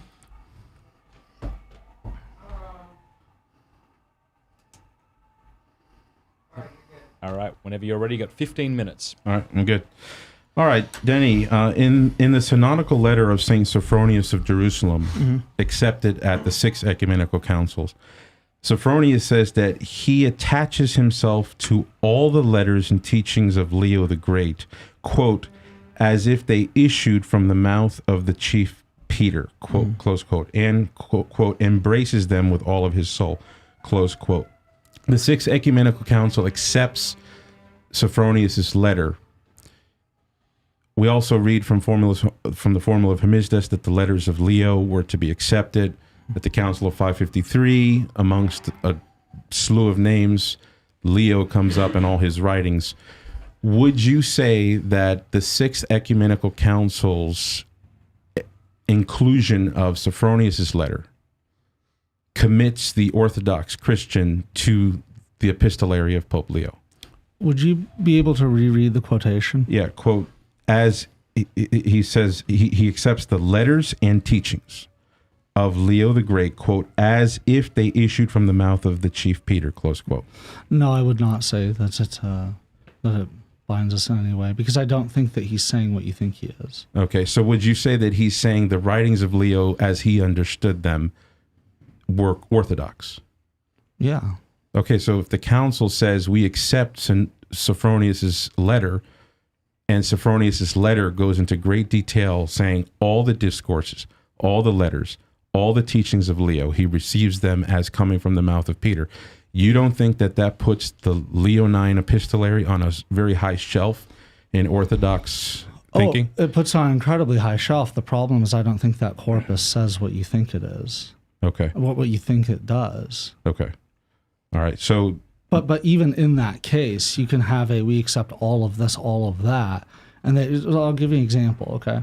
Well, you would put Leo's letters on a high standing. Well, I would, even without Saint Sophronius saying that. Right. So I'm just adding Sophronius's statement, which is explicitly clear, and you've got an ecumenical council that accepts that letter. That puts Leo's letters on a different shelf than another saint's.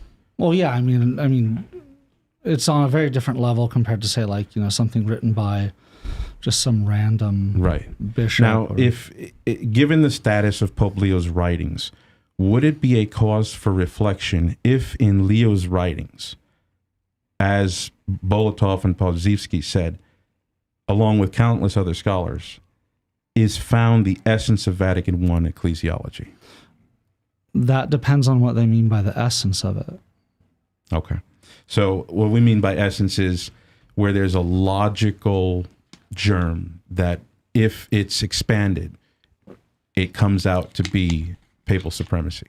I believe that you can take Leo's letters and you can extrapolate that out. I don't think that's the way that they're necessarily going. Okay. But systems of power, systems typically go towards grabbing power. Sure. All right. In Sermon 5, Leo the Great says that Peter continues to preside over his see in an ongoing, I'm quoting him, an ongoing partnership with Jesus Christ, and, quote, the solidity which he received from Christ the rock has also passed to his successors, close quote. Do you agree with Pope Leo that the rock strength that Christ gave to Peter passes on to his successors, from Sermon 5.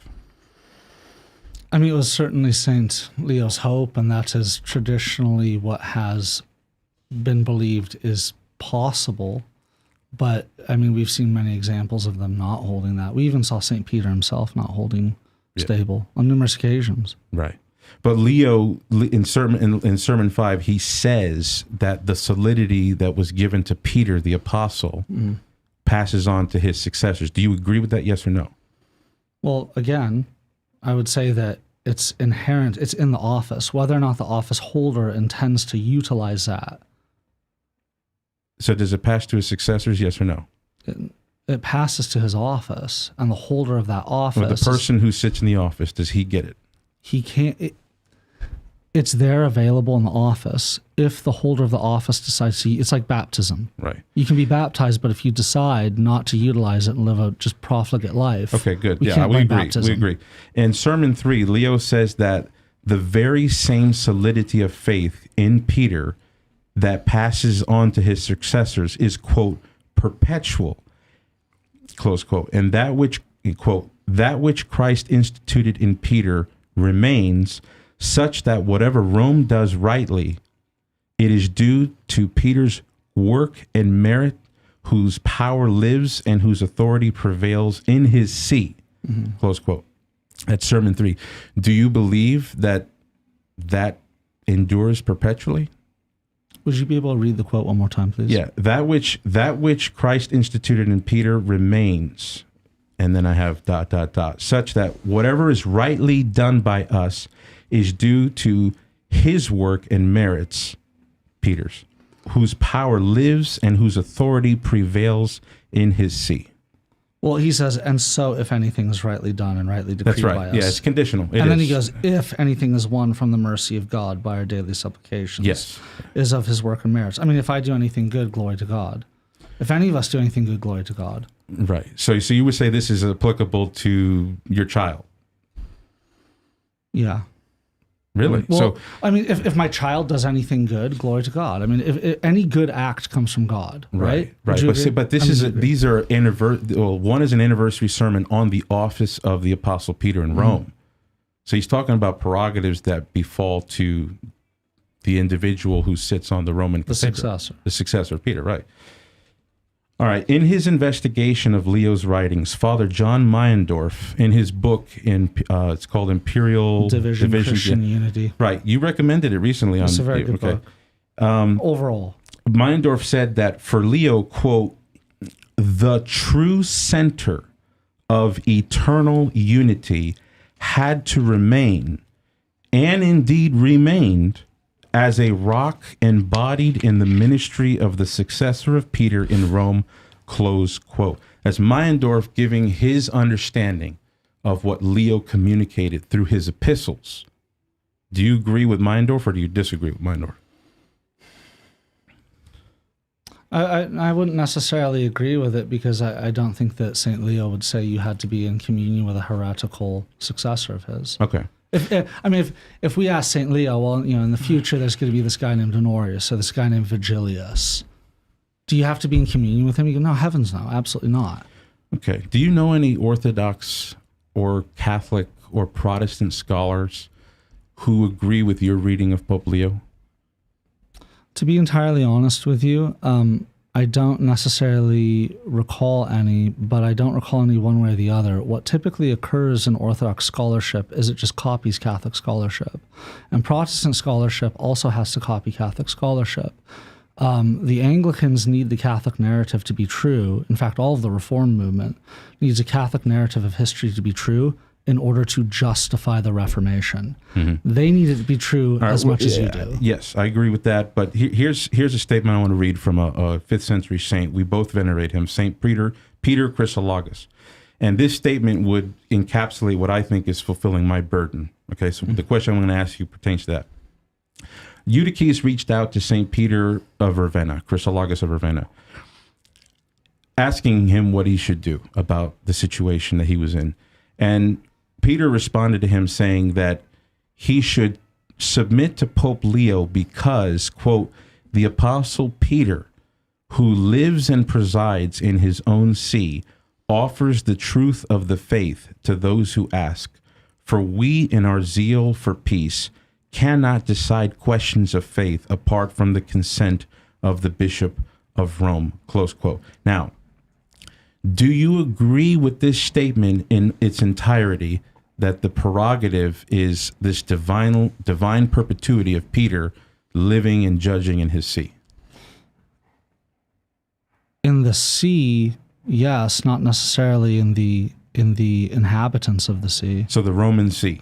The Roman see. I mean, Okay. it's still the first sea. It Sure. never ceased to be. It's just, Right. It's just, Right. So pertaining to that see, Pope Galatius says, "The apostolic see has often had the liberty, facultas, without a synod preceding it, without a synod preceding it, to loose those whom a synod has unjustly condemned, and also, if necessary, to condemn others without the convocation of a synod." And he gives as an example, the apostolic see by its authority, quote, "condemned Dioscorus, and it dissolved the godless synod," that's Ephesus 4:49, "and ordered on its own authority, Chalcedon," close quote. So, I'm sorry, which letter is that from? so this is a letter. This is letter 1? No, this is letter 13. Okay. Well, it's not in there. It's unfortunately Neil and Alan didn't incorporate it's those. similar here in letter 1, it's stated. Well, it's similar, but I'm reading from Dvorak's translation of Epistle 13 and PL 59.67. It's not in that book, I can assure you. But so he's saying that he doesn't need a synod proceeding, that the apostolic see has had the liberty to do this without a synod. Do you believe that? I believe what he says, but I don't believe your interpretation. Okay, so what does he mean by not having a synod preceding? Well, in those quotes earlier, he doesn't need a synod to condemn someone. He can do it according to the form of a previous council, like Chalcedon. Right, but he says without a synod preceding. So it's in other words, he gives as examples situations that don't have a preceding log of a council. Can you read the entire quote again, please? Well, he says the apostolic see has often had the liberty, without a synod preceding it, to loose those whom a synod has unjustly condemned, and also, if necessary, to condemn others without the convocation of a synod. Okay, so I think letter 1 clarifies it. Okay. That when he says preceding, he's talking about the Pope holds a synod, and then from there, as the head of the synod, issues a decree. He says, although the human law of the 30 years cannot be abrogated, that St. Athanasius was not thereby condemned by the Synod of the East because that see did not agree to it, or St. John Chrysostom, or St. Flavian. Let's see, also there's no verb from that see. Okay, so maybe it's another letter I'm thinking of. Well, feel free to just respond to this. What does he mean? Why is he trying to say that he doesn't need a synod in order to loosen or condemn?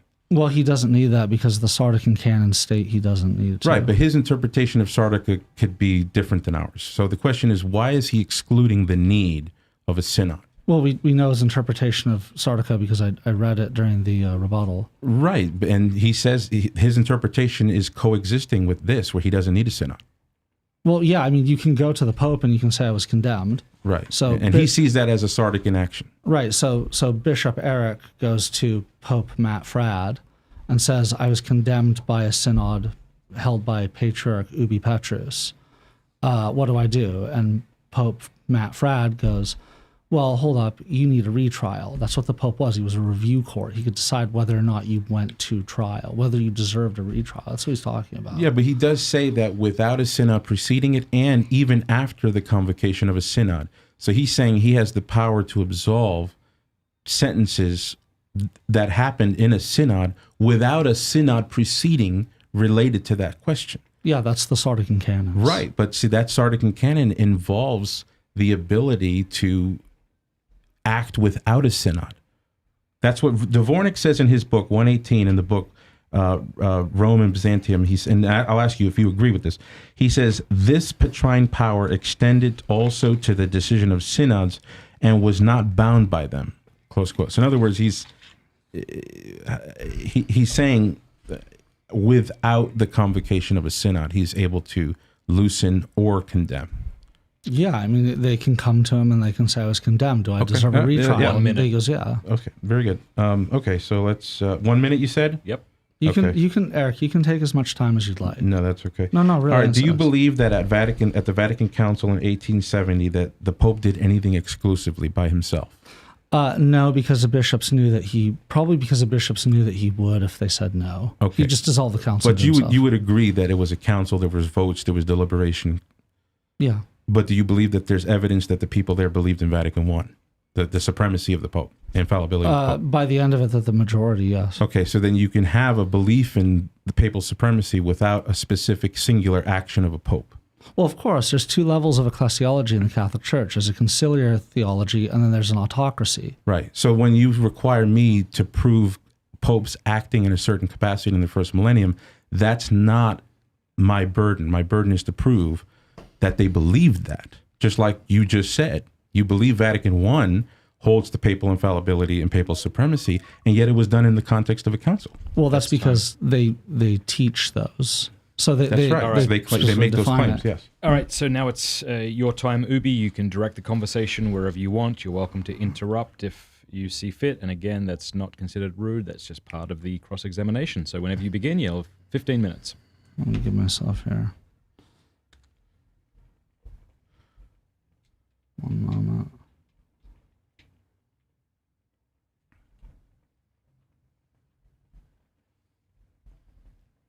Okay.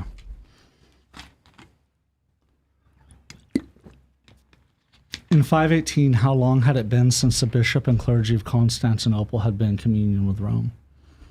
How long has it been? How long had it been? The year 518.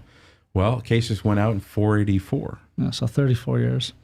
So speaking of the ecumenical patriarch John and all the clergy of Constantinople in 518, many of whom had been clergy in 484, right? And with whom Rome had been in schism for 34 years at this point, the emperor Justin states, we have decided that the requests of these men should be referred to your beatitude, inasmuch as they have always been established as lovers of unity. I mean, for 34 years, these people have not been in unity, but they're described as always loving unity. I mean, do you find that somewhat odd? Well, it's pleasantries. It's pleasantries. Okay. Flowery language. Flowery language. I was very okay. Prior to Ephesus 2 and 449, there had been a schism between the prelates of Rome and Alexandria, correct? Over St. John Chrysostom? Yes. Okay. Lasted quite a while. It was quite nasty, right? Yes. Okay. And it was led by two saints, St. Theophilus and, thank you, St. Theophilus and I believe it was Pope Innocent. St. Hormisdas writes, writing to St. Hormisdas, the Alexandrian clerics Dioscorus and Hieramon state, venerable saints of the Church of the City of Rome and Alexandria have always kept the peace, not only in the correct and stainless faith, but which the homily of salvation was preached, by which venerable saints of the Church of the City of Rome and of Alexandria have always kept the peace, not only in the correct and stainless faith, by which the homily of salvation was preached among them, but also in divine ministry. Had it always been, there's always? No, it's flowering language, okay. Had Justinian been benevolent towards the Nicaea rioters when he killed tens of thousands of them? I'm not saying it wasn't called for. I'm just saying, would you describe it as benevolent? I'd hesitate. You hesitate? Okay. Wow, that is really... They're not hearing it. Okay. Do you think that the Emperor Justinian was benevolent towards Vigilius? He was pretty hard on him, wasn't he? He was hard, but for the structure of the time, it was diplomatic with some harshness, yes. Okay, so he's pretty harsh on him, right? So, for by relaying false information, you brought the mind of the most Christian prince to the point where his clemency, which has always been benevolent towards his enemies, was seriously incited against us. Vigilius writes that. I believe it was Vigilius writes that. So he says always. He's always been, he's always been, benevolent and and kind. I mean, he doesn't strike me as that. Justinian strikes me as sort of an educated but rough, highly educated, but ultimately he's from a rough background. Did Theodore of Mopsuestia die in communion with the church, or had he been a stranger from the church prior to his death? I think questions were raising, but there was no official sentences on Theodore. Okay. Pope Vigilius. I also anathematize the doctrines of Theodoret, and I anathematize Theodore, who was Bishop of Mopsuestia, holding that he was always a stranger to the churches and enemy of the Holy Fathers. Now, lest someone say, well, no, okay. He doubles down on a letter to the Empress Theodora, stating, I also anathematize Theodore, who was Bishop of Mopsuestia, as always a stranger to the church and an enemy to the Holy Fathers. Okay. How many heretics had sat on the throne of Constantinople prior to Nestorius? I know there's a few. Yeah. St. Celestine writing to the clergy of Constantinople, for as you know, up till now, you have had priests, meaning bishops, and priest or bishop.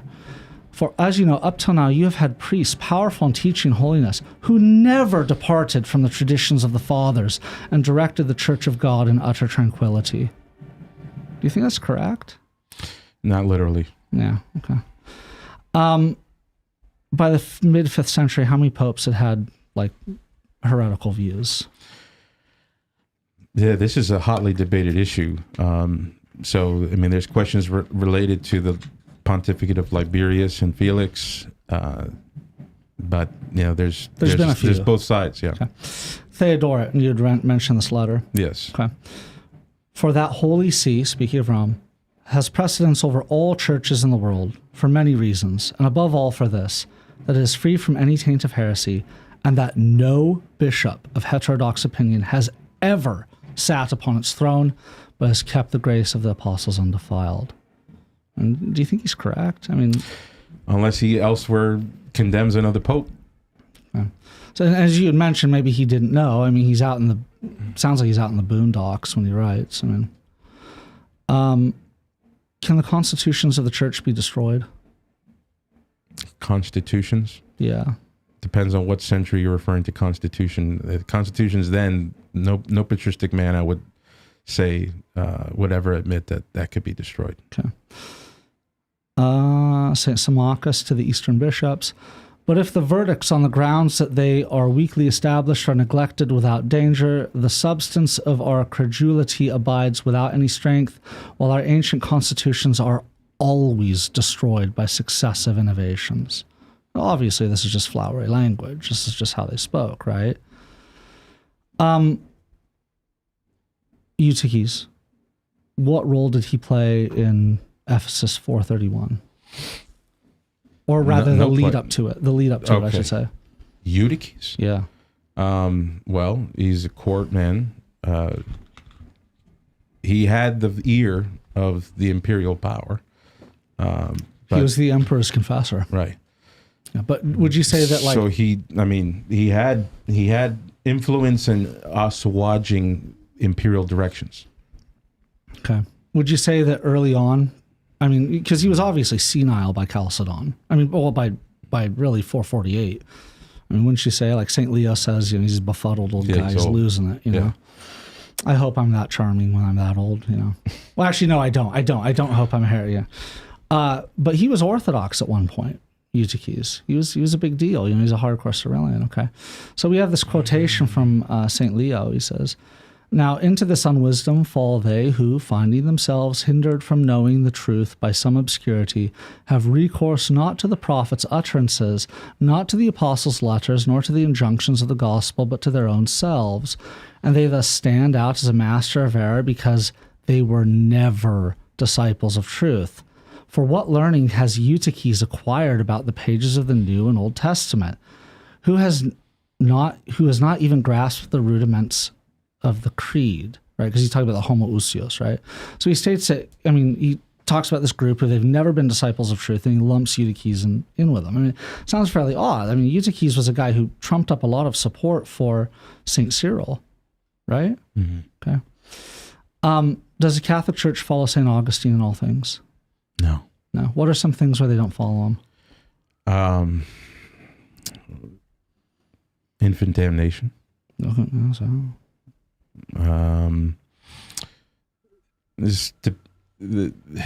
His view on predestination, I think, today would not be welcomed in the Catholic Church. What about ensoulment? No. He believed in delayed ensoulment, right? Right. Which forced him to hold some very odd beliefs about, for example, he believed abortion prior to ensoulment was not homicide. I mean, very, which was, St. Jerome, I believe, was on the same page. If you compare that to St. Basil the Great, who goes, it doesn't matter, it's all homicide. So in the correspondence of Pope St. Hormisdas with the Scythian monks, Pope Hormisdas makes clear to them that the Roman Church does not accept St. Augustine's views on grace, predestination and grace. And I wish I had the citation for that letter. I confess I actually don't have it. Can you say that again? Hormisdas' letter? In a letter to the Scythian monks. Yeah, he says that he goes, you guys are wrong. We don't have to accept St. Augustine's teachings on grace. And it's in a paper by John Pereira called John Maxentius and the Scythian. I'm familiar with it. I tried to pull it up so you get the actual citation. I apologize. That's fine. But, St. Augustine believed it was a venial sin for couples to come together outside of fertile periods, which would make natural family planning absolutely unacceptable. But here we have this Session 1 of Constantinople too. We further declare that we hold fast to the decrees of the four councils and in every way follow the Holy Fathers, Athanasius, Hilary, Basil, Gregory the Theologian, Gregory of Nyssa, Ambrose, Theophilus, John Chrysostom of Constantinople, Cyril, Augustine, Proclus, Leo, and their writings on the true faith. Now, you might look at this and go, well, okay, they wrote, but all these authors thought they were writing on the true faith. I mean, so did the Fifth Council follow St. Augustine's views on grace? No. I mean, they didn't comment on it, but they wouldn't have. I mean, did they follow his teachings on delayed ensoulment? Did they follow his teachings on basically thinking that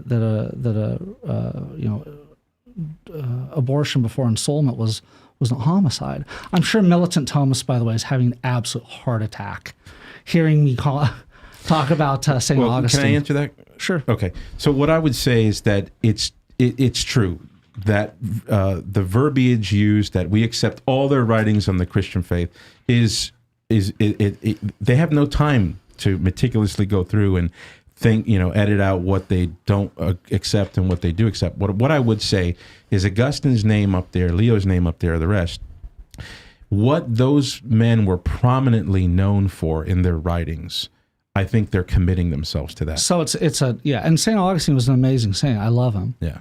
But I mean, he had mistakes. He would have been the first to admit that. I mean, had he been confronted, he would, but yeah, they're tying it to the essence. It's a generality. It's just being generalized. By the year 553, what had the Emperor Justin done that, in your opinion, had not preserved the peace of the Church and Orthodox doctrines? Justin or Justinian? Justinian. Okay. I apologize. My eyesight is not as good as it used to be. A lot of people don't realize that Justin came before Justinian. Right, he was his uncle, yeah. So what's the question about that? By the year 553, what had Emperor Justinian done, Emperor Saint Justinian done that, in your opinion, had not preserved the peace of the Church and Orthodox doctrines?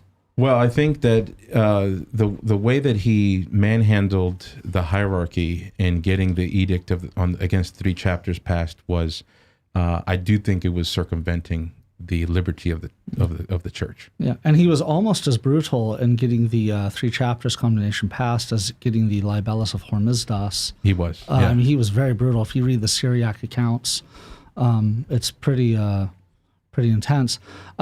Council of Constantinople II. There has now been plainly revealed the mind pleasing to God of the pious and most serene emperor, who has always done and does everything to preserve Holy Church and the Orthodox doctrines, and who sent the documents that have just been read, speaking of Vigilia, the condemnation of the 3 chapters, and who sent the documents that have just been read, and which themselves show, as has escaped no one, I love that, that the Holy Church of God was foreign from the beginning to the impiety of these chapters. And by the way, for all the citations, I will post this with the citations on the website in the coming days. I mean, it seems kind of odd that they just it's a lot of always, it's a lot of never, it's a lot of absolute statements. I mean, I don't think these guys were disingenuous. It was just how they were speaking. Wouldn't you agree? That's right, yeah. And, taking into consideration that there had been popes who held views that were heretical, I mean, don't you think that cheapens the See of Rome always in Hormisdas? Well, it all depends, right? Because they also use language like that in reference to Christ, Mary, the church. Right, but in this case, they're talking about historical events, and Hormisdas is talking about historical events. Sure, but when he ties it into promises of the scripture, then the application has to be real. It's not special pleading, because it would be special pleading to say, well, they generalize and they can't be taken literally in all these other writings.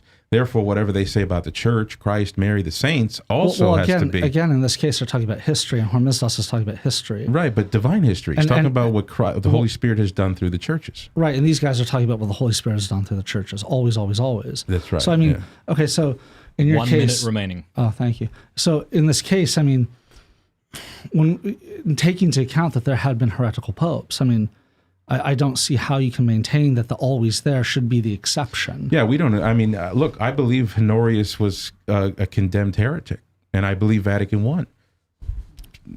Right. Well, I'm just saying earlier then, there had been popes who were heretics, so the See of Rome had not always been free of the taint. I don't know if Hormisdas would have actually believed that a heretic sat on the throne. I don't know. Okay. So in that case, he was just wrong.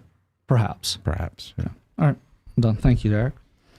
All right. Thank you very much, fellas. We are going to move into our 50-minute discussion. 55 minutes. I know you've been looking forward to having this conversation. Erick, I know you have as well.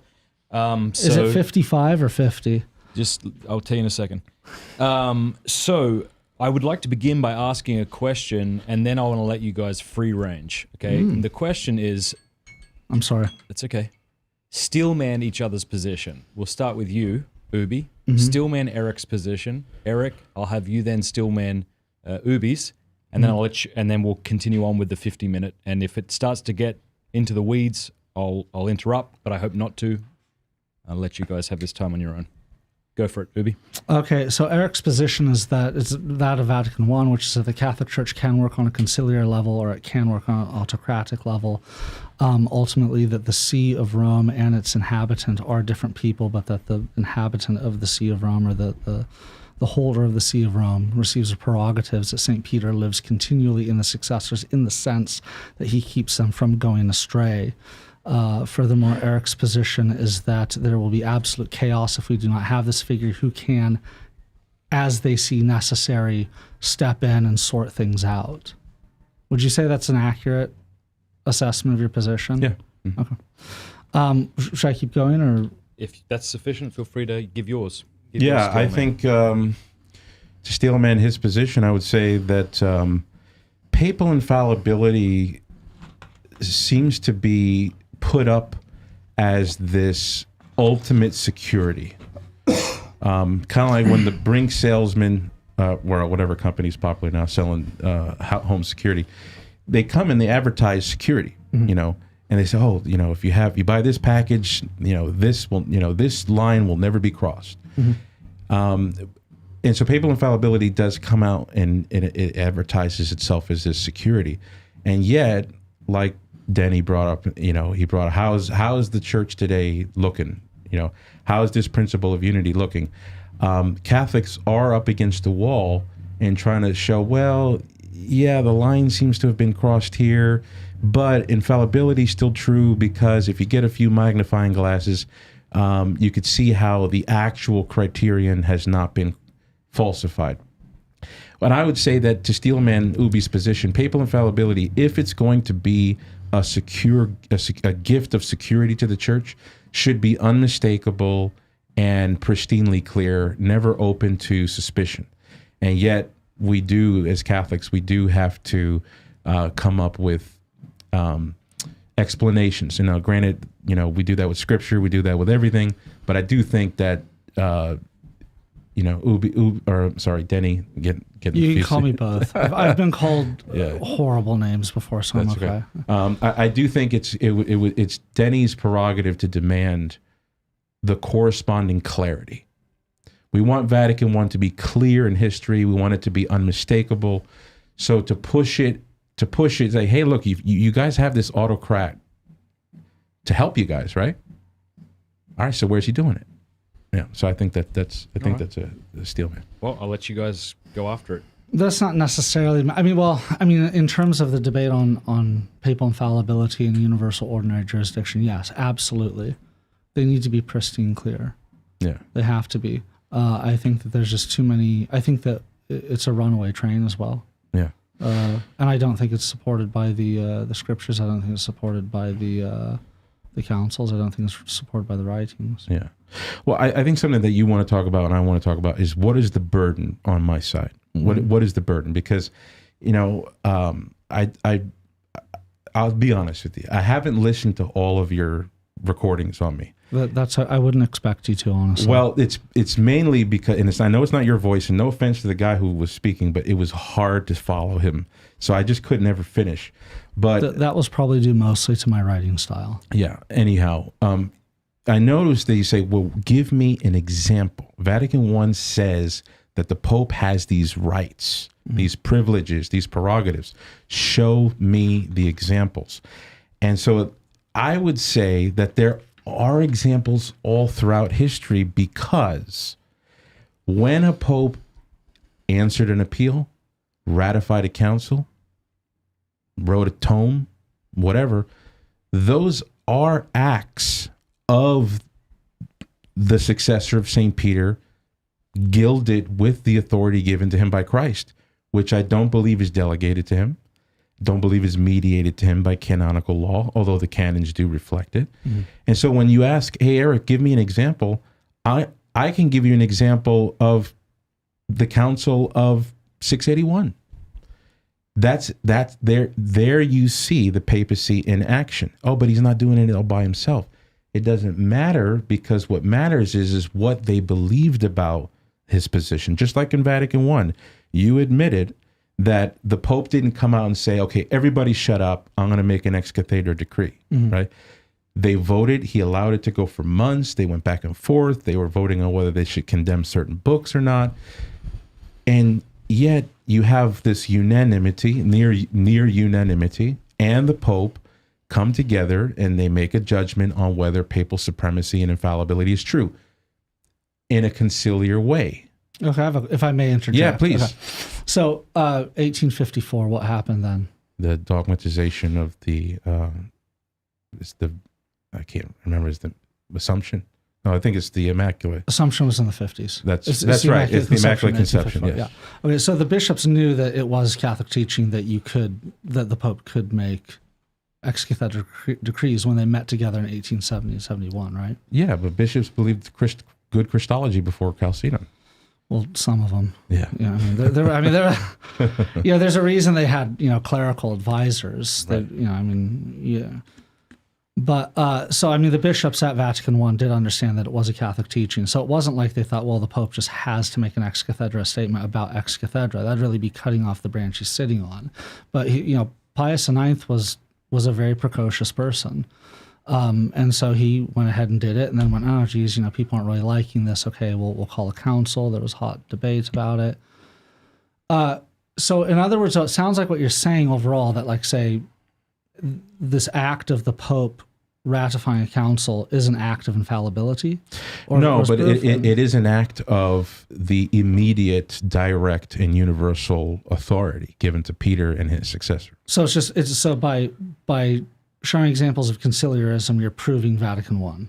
As long as there's details about his activity, yeah. So, because look, you even admitted that Vatican I, how do you know the people there believed in papal supremacy and infallibility? You just said it. You said because that's what they taught.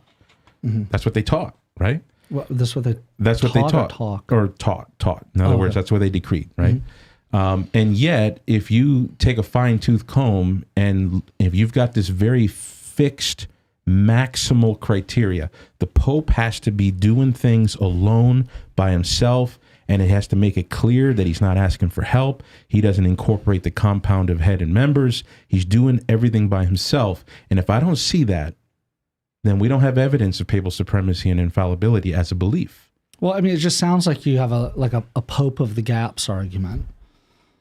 Well, it's you believe Vatican I upheld papal supremacy and infallibility based on their words, based on their testimonies. Well, also based on the fact that they hadn't broken communion with Pius IX after exactly. how many years. So why couldn't I just go into the 5th and 6th century, find all this conciliar machinery, all these conciliar synodal acts, and with commentary that says that Roman participation has these unique attributes. And if those attributes match what Vatican I says about what was given from Christ to Peter, it seems to me like my burden is fulfilled. That's a very bold claim. Well, I mean, I can say that I have examples of the Pope acting alone. There are a few. Well, I mean, does Vatican I say that the Pope can't act alone? Yes. Okay, so if I told you that pigs can fly, wouldn't you say, well, show me a pig flying? I would, but if God told you pigs can fly, do you need an example? Well, I would need someone to confirm it was God. Okay, so once it's confirmed, then God says pigs can fly. I'd say I've never seen one. Can you please But would show you me agree, one? would you believe it if you know it's God telling you? I would say I'm having a hard time believing this. Can I see one? I sympathize. Could you please make Babe fly? Yeah, I mean that contorts reality. I mean, if we've never seen a pig fly, I understand. But what I'm trying to say, we've seen one thrown. Yeah, some fall, all that. But here's the thing: if we want an example of a pig flying, you say pigs can fly, show it to me. You say the Pope is infallible, show it to me.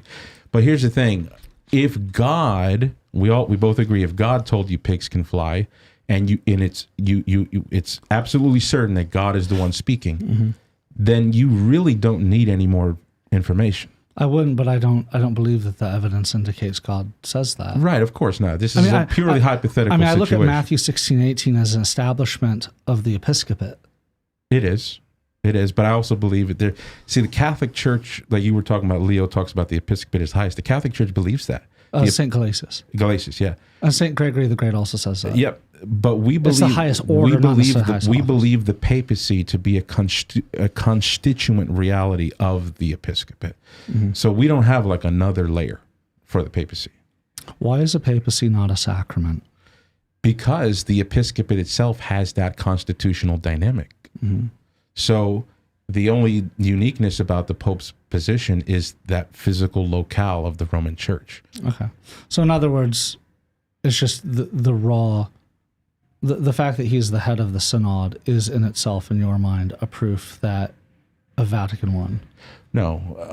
What I'm saying is that he doesn't need to be, or there's no sacrament for the papacy because the episcopate itself was created by Jesus with a head and members structure. That head stationed is permanently stationed in Rome. So whoever gets elected to that see occupies the episcopal dynamic. Okay, but how does that prove the First Vatican Council? Well, it doesn't. It just shows why there's no need for a sacrament. Okay.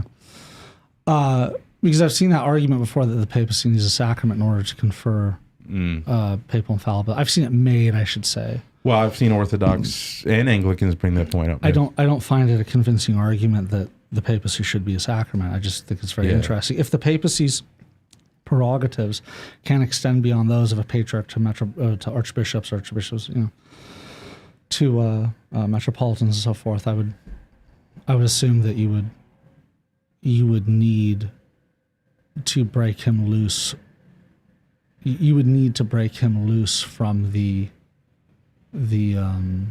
I cannot think with all that noise in the background. That is obnoxious. I think I know what you're trying to say, though. But, I think that the very letter, I think it's 10 or 14, from Pope Leo, I think is pertinent to the debate here because he says that the apostolic pattern of Peter vis-a-vis the apostles serves as a paradigm for the local church, the metropolitan, the patriarch, and then he says no one anywhere should be at odds with the head. With Peter's one universal seat. I just don't know how you can say, and I've heard you say this a number of times, that the Bishop of Rome is simply like the Archbishop of the world. Well, I can say it in the same way that it was said in the first millennium. Right, it was stated, but do you really believe that, well, what are the privileges of the Archbishop vis-a-vis bishops under him?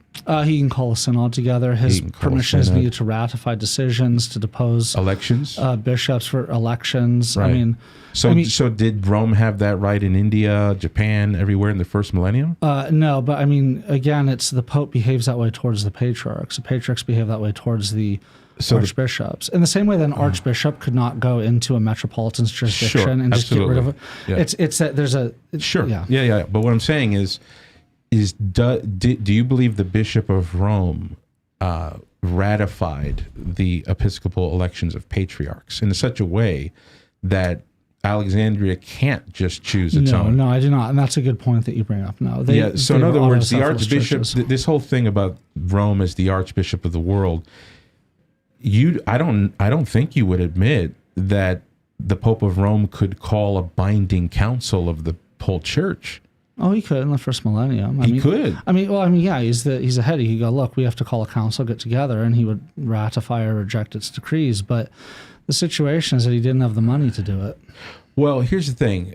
An archbishop who calls a synod, if a bishop doesn't show up, he can appeal to apostolic canons to depose if they don't come. It would have to be the synod that's then called that would do it. He would ratify its decisions. Right. So you're saying that you believe, and this is kind of astonishing to me, so I just want to clarify. Well, I'm occasionally an astonishing person. Very occasionally, though. Yeah, you've proved that many years.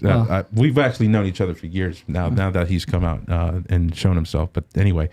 Well, let's not use the term come out. It's really quite... Fair enough. So you believe that the Bishop of Rome in the first millennium had the right to convoke an authoritative ecumenical council? Of course. I mean, how could you... I mean, he'd have a hard time getting people to come because he couldn't bankroll it. But his involvement was needed because he was ahead of the synod. That's conciliar theory. Okay.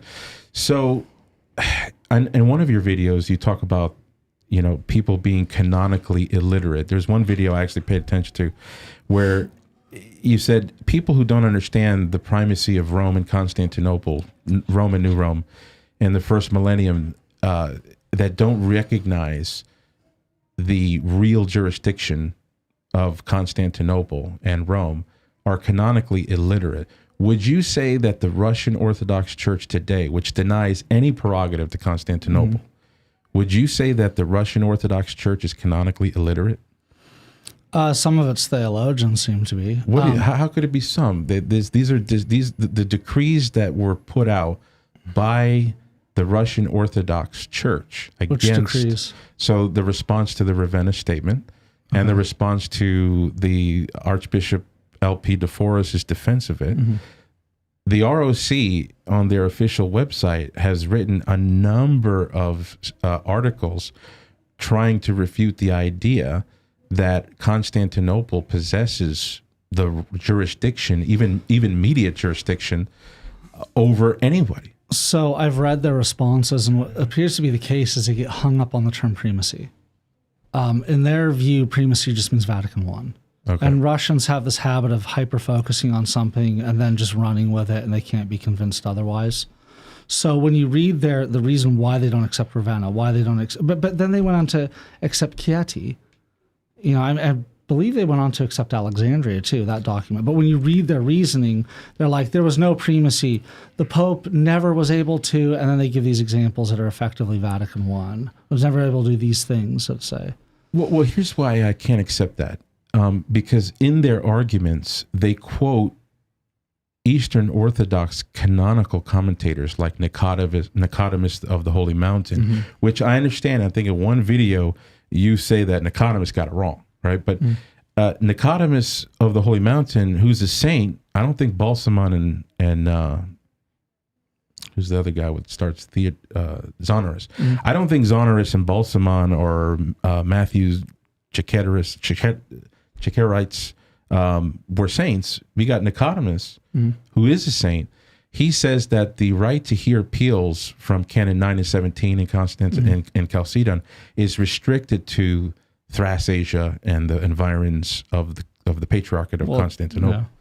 Yeah. But the Russian Orthodox Church appealed to that to say that whatever rights Constantinople has today it's to the limited Patriarchate of Constantinople, not anywhere else. Well, I mean, we have St. Augustine saying odd things too. Saints are not infallible.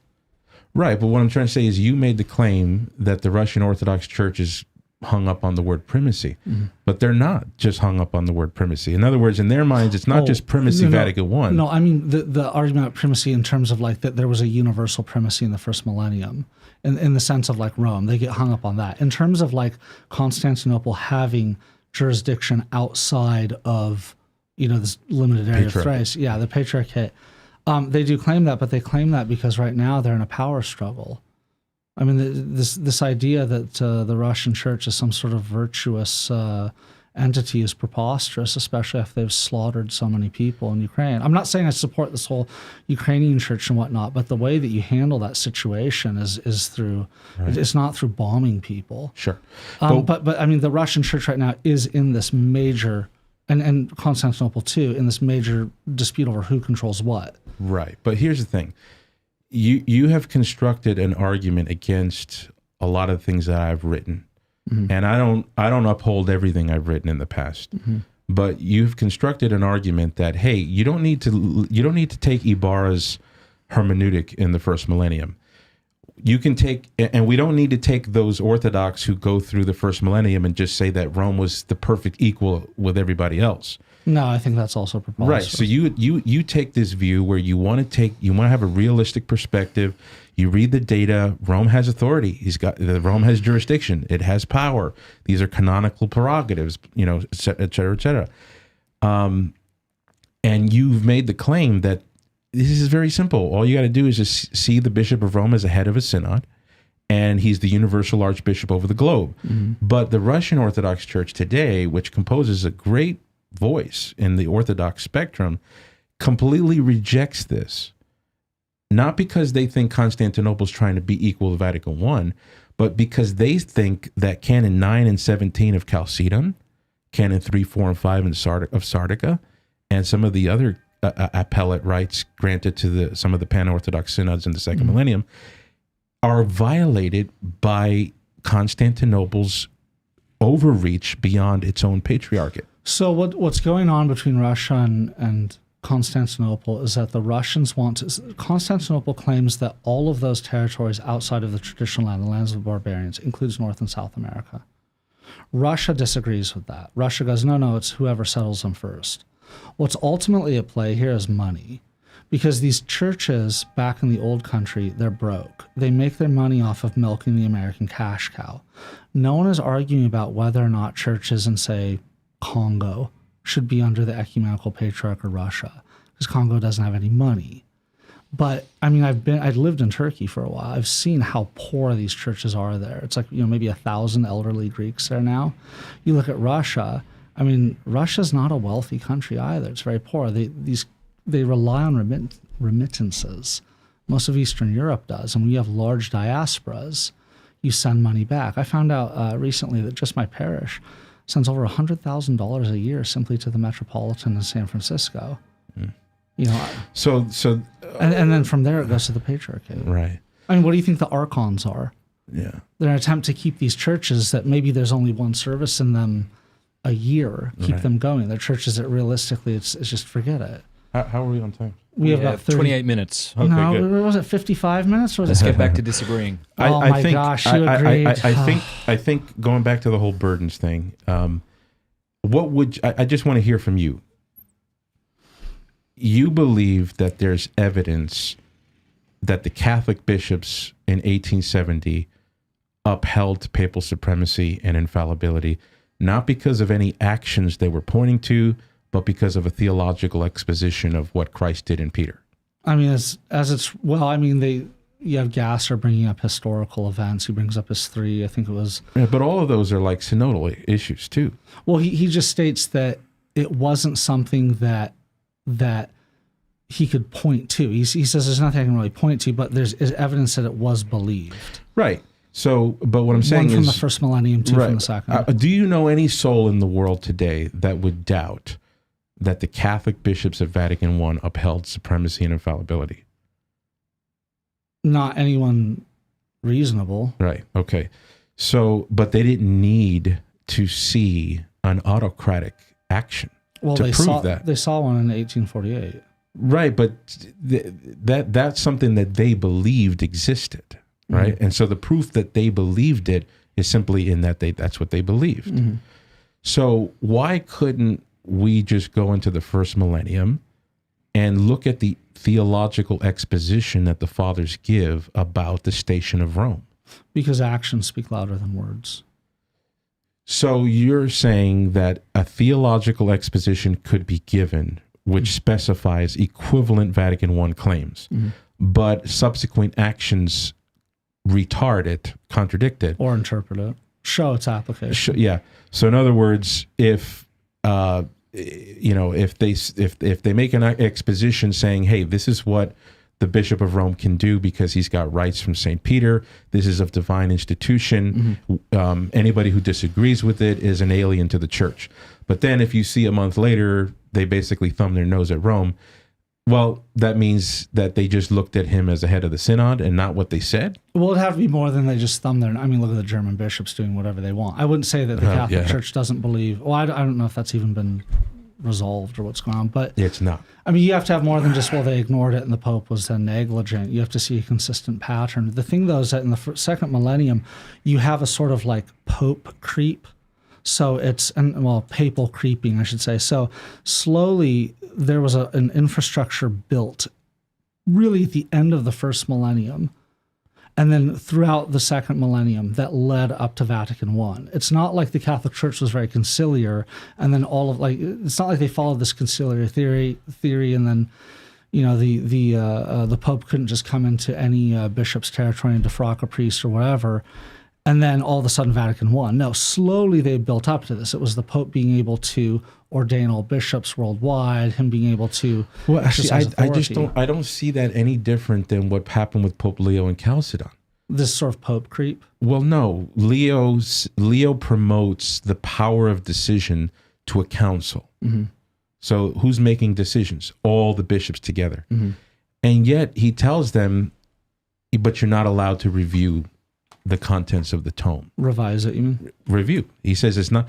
He says in letter 8. They can't review it, or they can't revise it. They can't review it. Well, they do review it. Letter 82, which is it's Pope Leo's letter to the council, which they read themselves out loud. In that letter, Leo says that you are not to, here. I'll just pull it up so that way I'm not going off of memory. But he says.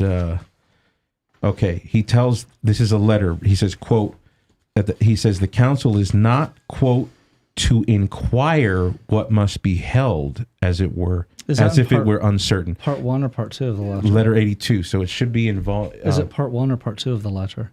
No, so that's, I'm going from Price's volume. I'm not going Which from... Which page is it? So I have 3 different volumes. It's page I think it's session 16 or 17. Which page, Joe? Well, I have letter 82. That's I'm quoting from Price's book. I just referred to Price's 3rd volume. But if you go to the 16th or 17th session, you'll see the letter. But in any case, I could review this later. But I'm sure we're going to do some reviews of what we say. Maybe we could do a review together. But I don't think Leo giving the power of decision to the council and then simultaneously saying, yeah, but you don't have the freedom to revise what I wrote, and that this is what must be confessed. I don't think that's anything different than the power of decision that the Pope gives today. Well, I mean, if to a council. Well, I mean, when the author composes something and presents it for approval, you don't have a right to just revise what they wrote. They have to do it. Right, but George Demacopoulos, I mean, early in your work, you referred to Demacopoulos as a competent scholar. Well, I mean, in terms of like his work, on Leo. No, what was it? The Invention of Peter. That was a very good book. His other stuff that I've read is like, right, he's of course, out there. Right. But Demacopoulos says this on page 63 of his book, The Invention of Peter. He says that Leo repeats what was a familiar theme in his correspondence with the East, namely that Peter's confession of faith, guarded exclusively by the See of Rome, is the measuring stick of orthodoxy, close quote. So why would Democopoulos say that if, as you said before, Leo just, was a head participant and he needed the compound of the members and the head together in order to make an infallible decree? Why would Democopoulos say that? Yeah, I mean, he's admitting that Leo already gave the measuring stick.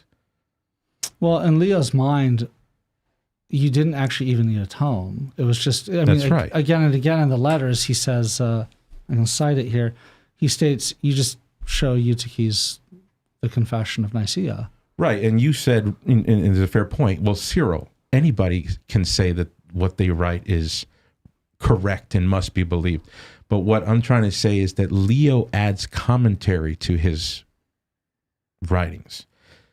And Democopoulos is commenting on Leo's commentary about his writings.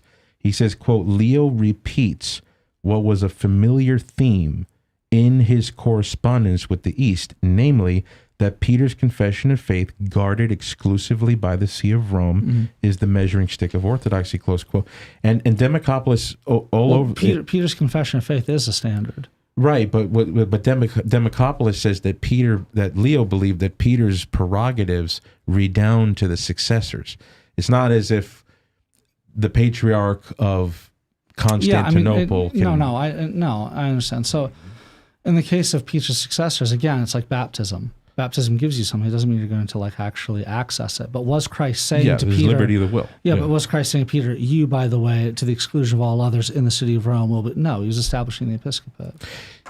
Well, I would disagree with that. Well, earlier you said he was establishing the episcopate. But the thing is, there's the head dynamic, which is not diffused. But then St. Leo mentions that head dynamic, and he states that everything... He is, archbishop, metropolitan, bishop. Sure. He says that the difference between those is due to the fact that there was Peter and the other apostles. Right. So there's a diffusive patronology. I've written about this recently. But he also believed that there was a singular dynamic in the Roman cathedral. Yeah, I don't believe that. That's what it says in the letter you quoted. I don't believe that he thought of some sort of Rome could do things entirely on their own. If he did, the Chalcedon would have been an absolute slap in the face to him. Well, that's important to bring up because over and over again, I've heard Orthodox and Anglicans and others bring up the point of that session where every bishop gets up and says, I judge that the writing of the most holy Leo of Rome, of older Rome, it comports with Nicaea and Cyril's letter, Ephesus 4:31.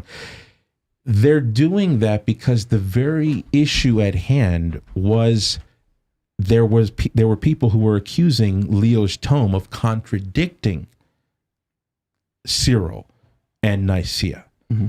And the imperial commissioners wanted to make sure that everyone was on the same page in reconciling Leo's tome to the past. So when they get up, it's kind of like a formal action that the council did not even instigate. It was the imperial commissioners that instigated the need for everybody to get up and say this. So it was really a state matter. Well, every ecumenical council is a state matter. Right, but this very specific act of all the bishops getting up and saying that they agree, they were required to do that. Well, they're at every council there. Right, but nobody there had any doubts about the question. So when you're reading that, you can't say, oh, look, the next guy, let's see what he says. Oh, the next guy, let's see if he judges the tome. No, they were all already, so they can't, or what do I got to say? Oh, you got to say that Leo's letter is in conformity with Cyril. All right. So they were all just yes men? Yeah, I would say that they were. Wow. Well, they were not yes men in the sense where they disagreed and now they were forced to change their mind. They were yes men in the sense that we've already accepted the tome before the council was even convened, and now we've got to go through this imperial process where the state commissioners want the record of our voices and our names. There were a number of bishops there that did not actually accept it. They didn't. That's right, and so then they bring them all together and they go, "Let's get everyone on the same page. Do you accept it or not? Stand up and say." That's right, and they wanted their name. It was speak now. Yeah. Well, I mean, speak now or forever hold your peace is what they were doing. So, right. But back to, So it wasn't you got to make that clear, Denny, that this was not a ceremony where they were coming to give what they determined about the tome. They were just going through the formal... Well, no, it was a ceremony where they came together and they expressed what they had determined. Yes, but in other words, it's not like Leo's tome was up for revision, rejection, acceptance, ratification. You can't revise someone else's work. They have to do it themselves. Okay, or rejection. As long as they're alive. Rejection, reinterpretation, whatever you want to call it. They already saw the tome as sufficient. In fact, in the sessions of Chalcedon, the bishops went into a contention with the imperial commissioners because the imperial commissioners, being ordered by Emperor Marcian, wanted to compose a new definition. And the bishops were like, why are you going to compose another definition? Number one of the canons forbids it. Number two, we already have the tome. Then they said we also have Cyril's letters. We have Cyril's letters, They thought that they would just reconfirm these previous documents. And the tome was one of them. Yeah, and St. Cyril's letters were also in the 12 anathemas, which they didn't end up approving until the Fifth Council. That's right. They thought that they thought they were accepted. They were included. But what I'm trying to say is this was all done before the session, where they were told, all right, you, and you down the list of all 300 or whatever, need to get up. And but that's every session. You have to get up and sign. You have to say it. No. I'm talking about the session where they get up, and because it's quoted quite a bit. I run across people who quote your material and they say, look, they judged the tome. They went and said, I judged the tome. Yeah. But it's you got to put it in the right context. They were already adamant that the tome was sufficient. Well, they'd already judged it. Well, they'd already critically examined it. The papal theory does not obliterate. It does not obliterate, is the word, the judging power of popes and theologians. We have to judge. Was Leo's tome ex cathedra? I lean in that direction. I don't think I need to prove it for this debate. Okay, but I mean, we're discussing the mid 5th century to the mid 6th. All right, let's just go play. Let's play along with the idea that it is. Okay, do you think it is? Sure. Okay, why did Gasser not cite it? Because he followed Bellarmine and seeing it as is basically this is the pitch from the head, and it was awaiting the compound authority of the other bishops. There you go. Okay. Yeah. All right, I have a question for you. Yeah.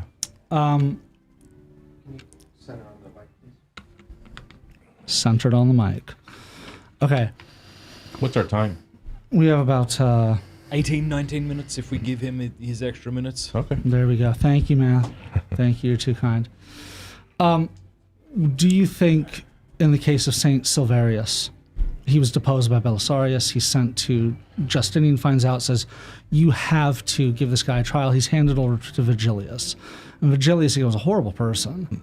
I don't remember from the sounds of it. He was horrible. I mean, how does that work out? If Vigilius is the pope, but he's judging a former pope, that means that the deposition of the former pope had to be valid. If Vigilius is a pope, if the deposition was not invalid, and Vigilius is judging him, then you still have the situation of a pope being judged by a non-pope. I'll be candid with you. This is something that I have not really had a satisfactory answer to. Okay. So I'm not really satisfied with my answer to that question. No problem. Yeah. Thank you. Pope Agapetus, do you think that him excommunicating, what was his name? Anthimus. Yes. Anthimus of Constantinople. Was that, how do you see that? I think it's a Vatican I act. Okay, why is that? Well, we have explicit detail, actually. I can pull it up from the Latin text of the... Could you? Yeah, so the sleepless monks, they actually specify in their appeal to Agapetus what they want what they want Agapetus to do. I think it's in my rebuttal. And they said, it's very interesting. This will be interesting for you because they bring up something that you've written about as well. Obviously, so for the listeners, Anthimus of Constantinople is a patriarch who questions, he basically refused to accept Chalcedon. He was a follower of Severus of Antioch. That's Severus right. a heretic. That's right. And so some of the bishops in Constantinople wrote, they wrote to Pope Agapetus, who came physically to Rome. And when Agapetus was in Rome, these monks say, we want you, like Peter did with Simon Magus and Celestine did with Nestorius, to give him an allotment of days to recant. And if he doesn't recant, to fall under the deposition Right, of your he was decree. acting as a spokesman of the councils. Right, but here's the thing. You see, this is a perfect example of a situation where you have a synodal framework, but a theological commentary which specifies immediate, singular, unique, direct jurisdiction. Because they said, just like Simon Peter deposed Simon Magus. And then they put Can in. you read the quotation, please? Yeah, I'm trying to find it. So, and then they read, and then they specified Celestine and his excommunication. Well, the allotment of days he gave to Nestorius as a precedent for what Agapetus should do to Anthimus. But at the same time, when Saint Celestine wrote that, he knew that he had everyone else on his side. He was speaking. He on behalf did, of but like Pius IX, he said he had, he believed he had the majority, and yet the theological commentary was a singular privilege. Well, I mean, singular privilege. I mean, in the sense of like speaking on behalf of others, on the sense of acting alone. Well, it's a spokesman of the council has a singular privilege. Finality of authority. Okay, so in the case of Saint Cyril or of Saint Celestine, that 10 days that he gives Nestorius, it's never enforced. Well, it's because there happened to be an accidental interruption between the transmission of that excommunication and the convocation of the council in Ephesus. So the Pope, and that's why Cyril of Alexandria was like, what do we do? The hammer dropped. How are we going to treat this new meeting? And he goes, well, if Saint Celestine says, well, right. And then in Ephesus, they closed the doors to right, Nestorius. Was there. It's because Nestorius found out about it. He got the letter, and then John of Antioch writes to him and says, even an idiot could figure this out. Right, Nestorius, but what I'm trying to tell you is that just because you have the presence of a synodal act, you had other people in agreement, that does not mean that we are devoid of evidence for the Vatican I prerogatives. Man, I can't find this. That's all right. So there's a statement here from Price, and I cannot read it in the eloquent or elegant British accent he has, but he states in the Acts of the Second Ecumenical, or Constantinople II, speaking of Anthimus, and this is on volume 1, page 44. He says the notion that Anthimus's depositions confirmed by the Synod of Constantinople of May 536 and an imperial edict on the 6th of August 536 could have been reversed by papal decree is preposterous. And the reason is that you have Theodora telling Vigilius, look, if you're willing to revoke that excommunication, could you, of Anthimus, I'll make sure that you're Pope. And Price is saying, Theodora was hedging way too much on Vigilius. He couldn't do that. It wasn't going to happen. I found the quotation, by the way. Where, please? Yeah, so this is Monsi 8, 900 to 904, and I got the translation from Henry Simmons, his book, the Roman See and the Universal Church. It says, the monks observed that, quote, as the most merciful God had sent Peter, head of the apostles, to depose Simon Magus, so also he has sent you, Agapetus, for the deposition and expulsion of Severus of Antioch, Peter of Antioch, Zoraras, and those who think like them. Simmons, close quote. Simmons goes on, the monks urged Agapetus, quote, to do what St. Celestine did against Nestorius, assigning him a limit, just as Celestine did with Nestorius, within which, unless he offers an Orthodox libellus to your apostolic see, and to your beatitude, and to the most holy Archbishop of the royal city, and frees himself from the disease of heresy, you most holy ones may decree him to be stripped of all pontifical dignity and submit him to the condemnation of the heretics already mentioned, close quote. Now, yes, this is in a synod? Yes. Yeah, I mean, to depose a patriarch, you need the patriarchs present. Right. But what I'm trying to say here is that their commentary on what Agapetus was empowered to do is rooted in what Peter was able to do to Simon Magus. Mm-hmm. And we have that record in the New Testament. Yeah, and any bishop, as St. Galasius says, who, according to the form of Chalcedon, according He to the form of does. whatever, Galasius does say that, but if you keep reading in that letter, he's only saying that to say, hey, kind of like when I say, hey, look, just for the sake I of... understand he then quotes the Sardican canons, which are about the appellate jurisdiction of the Pope. He sees himself as a keystone and arch. For Galasius, appellate jurisdiction is not exactly as how Sardica specified, because John Talia, right? John Talia of Alexandria, he appealed to Rome by visiting Rome, and then it was either Felix or Galasius. I think it was Felix, but Galasius writing as his notary. Reverse the decision. Well, no, you do have that, because in the 9th and the 17th canons of Chalcedon, you see that Constantinople can have this, like, they don't, okay, so in the Sardican canons, you have Rome acting as a review court. In canons 9 and 17 of Chalcedon, you have Constantinople acting as the actual judge. Like, they weren't just a review court, but they would decide, okay, we're going to call together a synod and do this. So you start to see, well, I shouldn't say that Constantinople is the actual judge. Well, this is way before. Rome was doing this way before Canon 9 and 17. What do you mean? Like, who did they do this to? Well, Pope Leo the Great. Did what? He restored people without a review court. Leo? Yeah. Where? Who?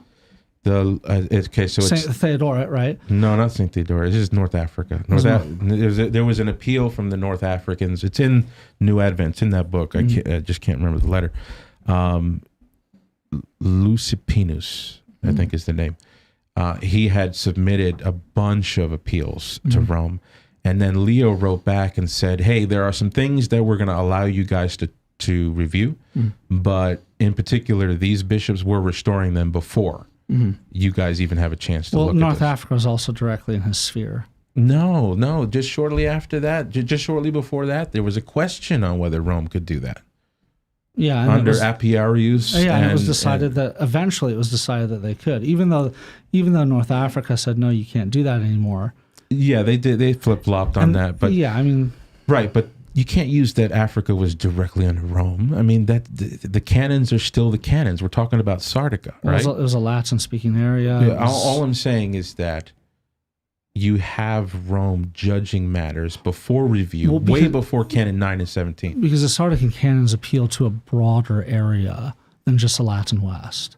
Yes. In the case of North Africa, that is the Latin West. And so you can, in a patriarchate, appeal directly to the patriarch. They can vote a synod. So then would you say Pope Leo's handling of the situation in Arles with Hilary? Well, Gaul was part of the sphere. So you wouldn't, okay, let me just get this straight. So Hilary of Arles. He's a patriarch of the West, right? Right, that's the fine. Patriarch can do these things. We can preface that, yeah. Okay. I forget the name of the dude that was purported to have married before he was became a bishop. He appeals to Leo because Hilary deposed him. Okay. Pope Leo restores the guy without a review court, right? And all the commentators I read try to point out that that Pope Leo was violating his Sardican limit. Well, he probably had the Roman Synod look at, and the Roman Synod makes a decision in the name of its head. The other thing is that in the Sardican canons, you can't, let's say this guy is deposed by Hilary. Leo gets the appeal, and Leo goes, okay, until we hear this and sort this out, until it's heard, you cannot replace him with anyone else. That's not what he did, though. He gave him his job back, and he required Hilary to accept that. Well, again, this is also, it's in Leo's sphere of influence. Yeah. Anyway, what do you think about the Fifth Ecumenical Council, 553? Do you believe that they could have finished an ecumenical council without Pope Vigilius? Well, they did. And the way that they did it was by taking writings of his from previously and saying, look, he actually signed off on this. Now, if you follow conciliar theory, you have to have everyone involved.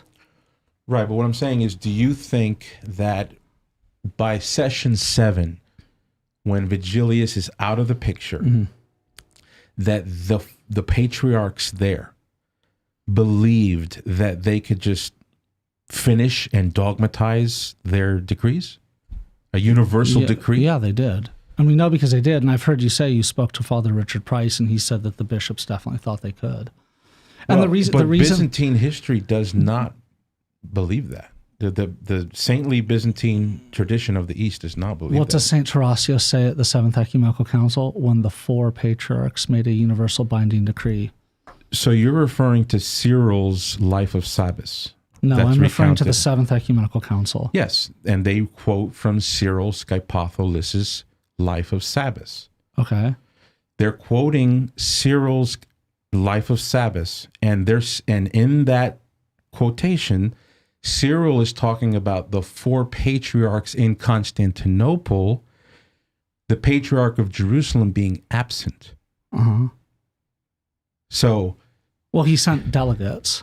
He did, but he was represented there. Right, but you're misquoting the Seventh Ecumenical Council. No, I'm not misquoting. Yes, you are. You just said that Tarasius said that the 4 patriarchs without Vigilius. No, I didn't say they said without. I just said that he said the 4 patriarchs. Well, there's one missing. Now, his legates have to be there. But he means by the 4 is Vigilius, Eutychius, and the Patriarch of Alexandria and Antioch. The Patriarch of Jerusalem wasn't there. So in the case of Leo, no pope ever, except for Vigilius, ever attended an ecumenical council. That's right. Would you say that the pope and the patriarchs affirmed an ecumenical council? Would you say that's out of line? Like, well, the pope wasn't there, so we can't say the pope approved it. Well, what I'm trying to say is, well, I mean, would you say that though? That the pope doesn't need that to the be pope there? not physically being there, would you say that hinders its accomplishment? No. Okay, so we know that Jerusalem sent delegates. Those delegates approved. Right, but what I'm saying is you're quoting the Seventh Ecumenical Council incorrectly. No, I'm not. Yes, you're quoting the state where Tarasius brings up the Life of Sabbath. No, he doesn't. I don't. It's in Price's well, this is book. the 5th and this is the 4th. Oh, sorry, Nicaea too. Yeah, there's Nicaea a dark blue. Yeah, Nicaea. In Nicaea, it's page 148, I think. They bring up the statement that Cyril of Skypatholis makes. He says it at several points. He goes, when the 4 patriarchs. And those 4 patriarchs are Vigilius. No, he doesn't say who they are. Yes, he does. No, I'm going to pull it up right now. And then in the life. I mean, maybe he does. It's not a quote I'm aware of, but I mean, life, I have it all here. I can point it out if we have time. But the one particular disciple of Eutychius of Constantinople who did his Vita, he writes about the presence of the 4 patriarchs in Constantinople, and he specifically omits Eustachius of Jerusalem. Mm-hmm. So how do you know that? I mean, I'm going to have to see the actual text. That being said, at the 5th Council, what occurs is that they go, because in the past Vigilius has condemned the 3 chapters, even though he's wavering back and forth on it, we can take that statement, his commitment earlier, and we can make that into his ratification for it. And that's how they get through. That didn't satisfy Justinian. It didn't satisfy anybody. Well, Justinian didn't like people disagreeing. Right, but what I'm saying is the council didn't grow feet yet because we still had to wait for Pope Vigilius's... well, they closed it and issued the decrees. They did because they didn't know what the Pope was going to do. But when... Well, I don't think at that point they were... I mean, these are people who had just excommunicated a Pope. They didn't seem to really care what the Pope would do because they had his commitment to condemn it. Well, understand, the way that this whole controversy started was Justinian threatened all the patriarchs. So emperors always threaten patriarchs. They did. But when they issued that excommunication of Vigilius, I don't think we can say that was completely done freely. They all knew what was going to happen if they said no. If they said, no, we're not going to do that, Justinian would have just replaced them. All of them? What else would he have done? Well, he didn't replace the Pope. No, because he knew it was according to his own code. Every decision has to be judged by the Pope. Well, yeah, and they say that Vigilius, because he had condemned the 3 chapters, even though he wavered, right, they but took that wasn't sufficient because they closed the council. If it wasn't sufficient, why did they close the council? But because they had no idea what the Pope was going to do. Well, they held out for a long time, and they went, well, okay, they looked at that his condemnation earlier on. They saw him waffling. They went, all right, well, he's decided it. We're going to take his ratification of the... Well, allow me to finish. Allow me to finish. Go ahead. They say, we're going to take his condemnation of the 3 chapters. Then what we're going to do is we're going to add it to our own here, and we're going to close this council. And they were just on their way. They didn't seem to care because they figured that Vigilius himself would be replaced and his successor, if need be, would just approve it. But that breaks the Byzantine... Why does it break it? Vigilius agreed that he didn't... Well, the Seventh Ecumenical Council says that it's the law of councils for Rome to ratify either through an encyclical letter or through his Apocrisarii. Yeah, and in writing on several occasions, Vigilius condemned the 3 chapters. That's... When Vigilius comes back at the end, 6 months after the council, they include his second constitution as if it was a portion of the 8th session. Got about a minute left. So I don't think that you can sustain your head and members Apostolic Canon 34 structure to Constantinople 553 before the second constitution of Vigilius. I don't think that you can do that. Did Vigilius close the council? Yeah. Where? Because Justinian took that... Justinian did Vigilius himself took his second constitution. Did Vigilius himself actually close a council? Historically, no, but Justinian made the acts in such a way that Vigilius' second constitution... He tried to make it look like harmony. He tried to make it look like harmony, as opposed to the reality that there wasn't harmony. In order to fit the rules of a council. Well, no, because the bishops themselves, it was left in there that because Vigilius has, wavered on it. Huh? It was not left in those in the acts. That how they closed it? That's about time. Do y'all want to wrap up, or do you want some more time? We can have some more time. I mean, Is that good for both of you? Yeah. It was like we have the 5 more minutes, right? Well, that was with the 5 more minutes. But let's do. Boy. Well, I got my ride coming in about 15 minutes or so. Let's do 5 more minutes, and maybe as these 5 minutes, the 2 of you might want to kind of present your overarching view for your case. Here we go. Well, I mean, they didn't leave it in the council, so to say. I mean, but we have it in the conciliar acts themselves that they closed it. They felt it was okay. Justinian's goal is to reunite an empire. He doesn't want to make it look like there's fragmentation. Justinian's goals were always political. Sure. So the question is, had he not had that political goal, what would he have done? The answer is he wouldn't even have called the 5th Ecumenical Council because he was trying to bring together the monophysites. What I would say is to look at this comprehensively from a first millennium perspective. Okay. The bishops of each century almost tell us that without the ratification of the successor of Peter, I understand that. Eric, you keep circling around. But I'm saying that because Eric, I'm going to say something Constantinople 553 was not an ecumenical council until Vigilius ratified it. Okay, look, in that debate with Jay Dyer, the first time I saw that, I thought you did very well because you stayed calm. Yeah. And well, Jay, I mean, I love Jay personally, but he lost his temper, okay? I watched it a second time, and I noticed that you were circling and you were stalling. And you're doing that now, and I don't like it. Sure. Ask me what do I need to satisfy then to get out of this circle? Okay, the circle is, well, one, you can just stop repeating yourself and you can actually go, okay, look, it's right here. Okay. That's one. The other is this. How do the bishops themselves in the original Acts, how do they describe themselves as closing the council? They completed it. Yeah. There you go. So that's it. Okay. But here's the point I'm trying to make. They could walk away with a good conscience. Well, they could, but here's the thing. You have all these other voices in the saintly heritage of the Orthodox Church that says you can't have a council, a legal council, without the presence. Well, wait, in that 5th council, what they were deciding was a condemnation of the 3 chapters. Yeah. That was it. Vigilius had condemned the 3 chapters. They had it in writing. They had it in hand. And then they went, we are also going to condemn it. All right, all the patriarchates agree, it's done. Right, but no Byzantine chronicler reads it that way. Because they didn't have the original Acts. Well, they did. Photius of Constantinople wrote in his famous letter to the Bulgarian king. Boris, the Bulgarian king. He recounts all the ecumenical councils in explicit detail. It's a phenomenal document. And he goes through each ecumenical council, Nicaea, Constantinople, all those things, gives all the Roman pontiffs who are involved and all. When it comes to the 5th ecumenical council, he actually notes that Vigilius refused to attend, but eventually ratified the council. So which means that nobody understood Constantinople 553 as a fully completed ecumenical council until Vigilius came around 6 months later. Except the bishops who closed it. Well, they didn't know what else were they going to do.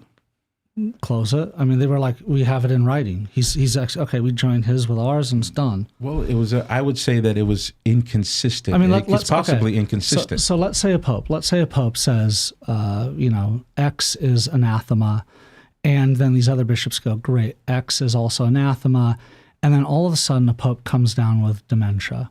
Well, you don't just come down with dementia, but you get what I'm. He goes crazy, and he goes, actually, you know what? This obnoxious thing, it's not actually anathema. What do you do? Well, it's very different because in this case, when Pope Vigilius anathematized the 3 chapters, it was before the framework of a council was even put into stage. Well, I mean, the other bishops also condemned the 3 chapters before a council was even put together. Right. So that's what. Then why did they need to gather in a council? To formulate canons as one. Right. That's another issue. But Vigilius wasn't cooperative at that point. To make it more public, to also get a lot of the monophysite bishops to come. Yeah. Well, I don't know. I mean, I'm satisfied. I don't know if maybe we should give our final. Feel free to wrap up and tell people where to find you. Thank you both. I started, so maybe. No, you first. Okay. Yeah, big thanks to both. We have like a minute or two to do it. Sure. Okay. So, I mentioned in my opening statement that I was looking at 4 things. The Council of Leo, I think it was Leo, the Council of Chalcedon, the Formula of Hormisdas, the 3 chapters controversy, and the Laurentian Schism. And I think that in all of these historical episodes, what we have is clear testimony from saints venerated by Catholics and Orthodox that speak about the rights and divine prerogatives given to Peter and his successor over the whole church. That lands you in the neighborhood of Vatican I. I don't know any other church today that can comport with the data. We might be able to say, well, it's not exactly how things are today in the Vatican. Yeah, I grant that. There is some distance. But if the magic number is 500, I think the evidence of the patristic era in the 5th and 6th centuries lands us at 470, whereas the Eastern Orthodox number would be like 300. So in other words, I think the data lands you in the neighborhood of what the Vatican I called the papacy. And I think that, I think that was successfully shown. I don't think that we needed an example of a pope acting all by himself in isolation from everybody else. We just needed the theological commentary on what they believed about the privileges of Rome. Okay. Yeah, that's it. Okay. Thank you so much for having me here today, by the way, Matt. And thank you so much, Eric, for coming. This was great. In my opinion, I do not see the Catholic case proven. I think that if you have a document stating that it has been the ability and it has been the capability, or it has been the ability and it has been something that has actually occurred that the Pope can do this, that's what satis cognitum is. You need to have actual examples of that. If you're claiming a pig can fly, you need to have a pig that flies.